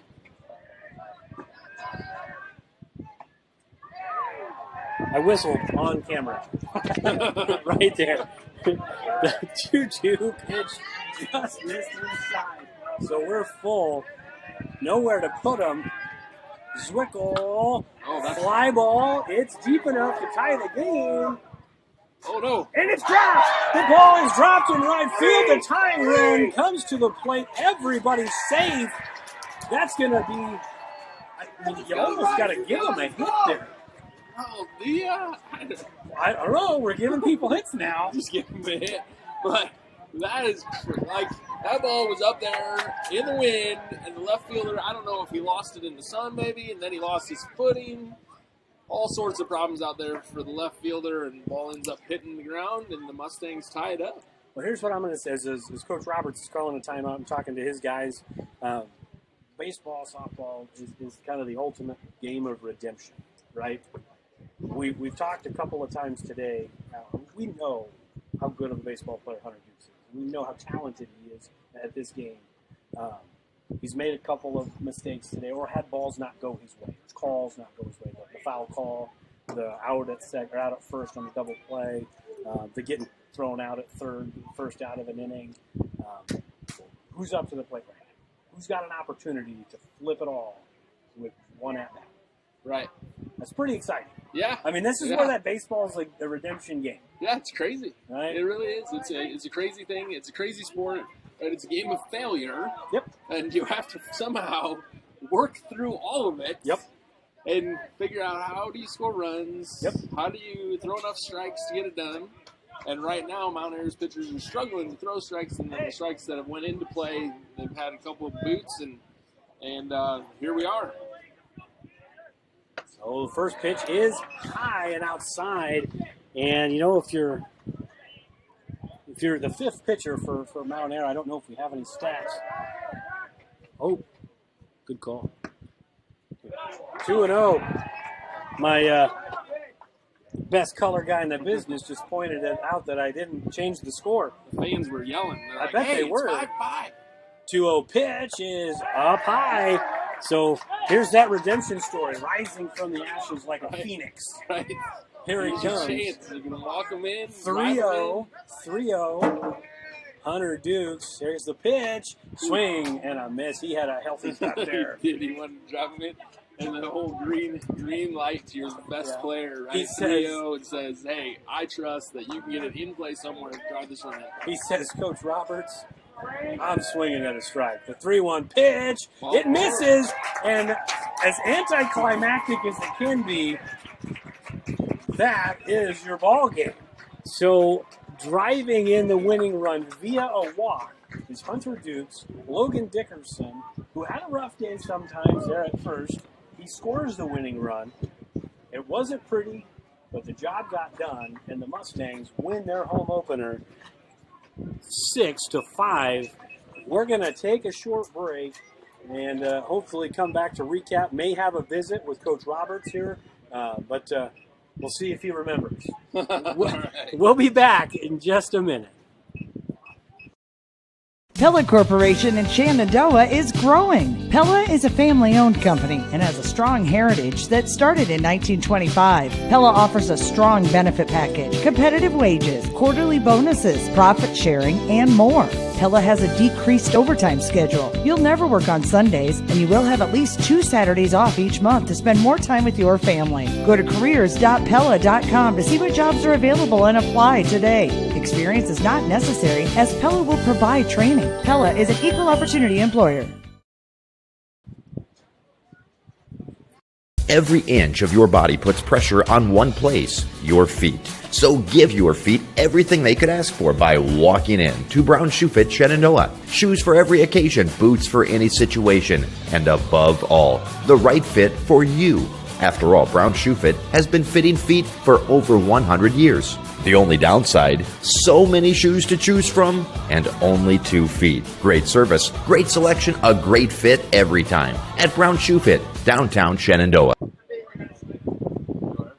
This very moment, a board-certified general surgeon will be leading her team in the removal of her patient's gallbladder. In this newly remodeled surgical suite, she'll use the latest technology and small laparoscopic incisions for a quicker recovery time. In a couple of weeks, the patient will have a pain-free and normal life again. These are the things that happen here every day. The new surgical center at Shenandoah Medical Center. Your health is our mission. Green Plains is transforming. In addition to being a first-class biofuels producer, we are now a leading ag tech company, producing high-quality feed ingredients for dairy, poultry, swine, pet food, and aquaculture. At our Aqua Lab, we are conducting research to produce the best ingredients for our optimal aquafeed products. Green Plains is expanding in every way. If you're interested in being a part of this journey with us, Check out our website for our latest job opportunities. Welcome back into the broadcast booth. 6-5, the final score. A walk-off walk, Coach. Maybe not how you drew it up, but you're not going to give any of these wins back. No, I mean, yeah, we're happy to get the win, and I'm pretty happy with how we settled down probably defensively.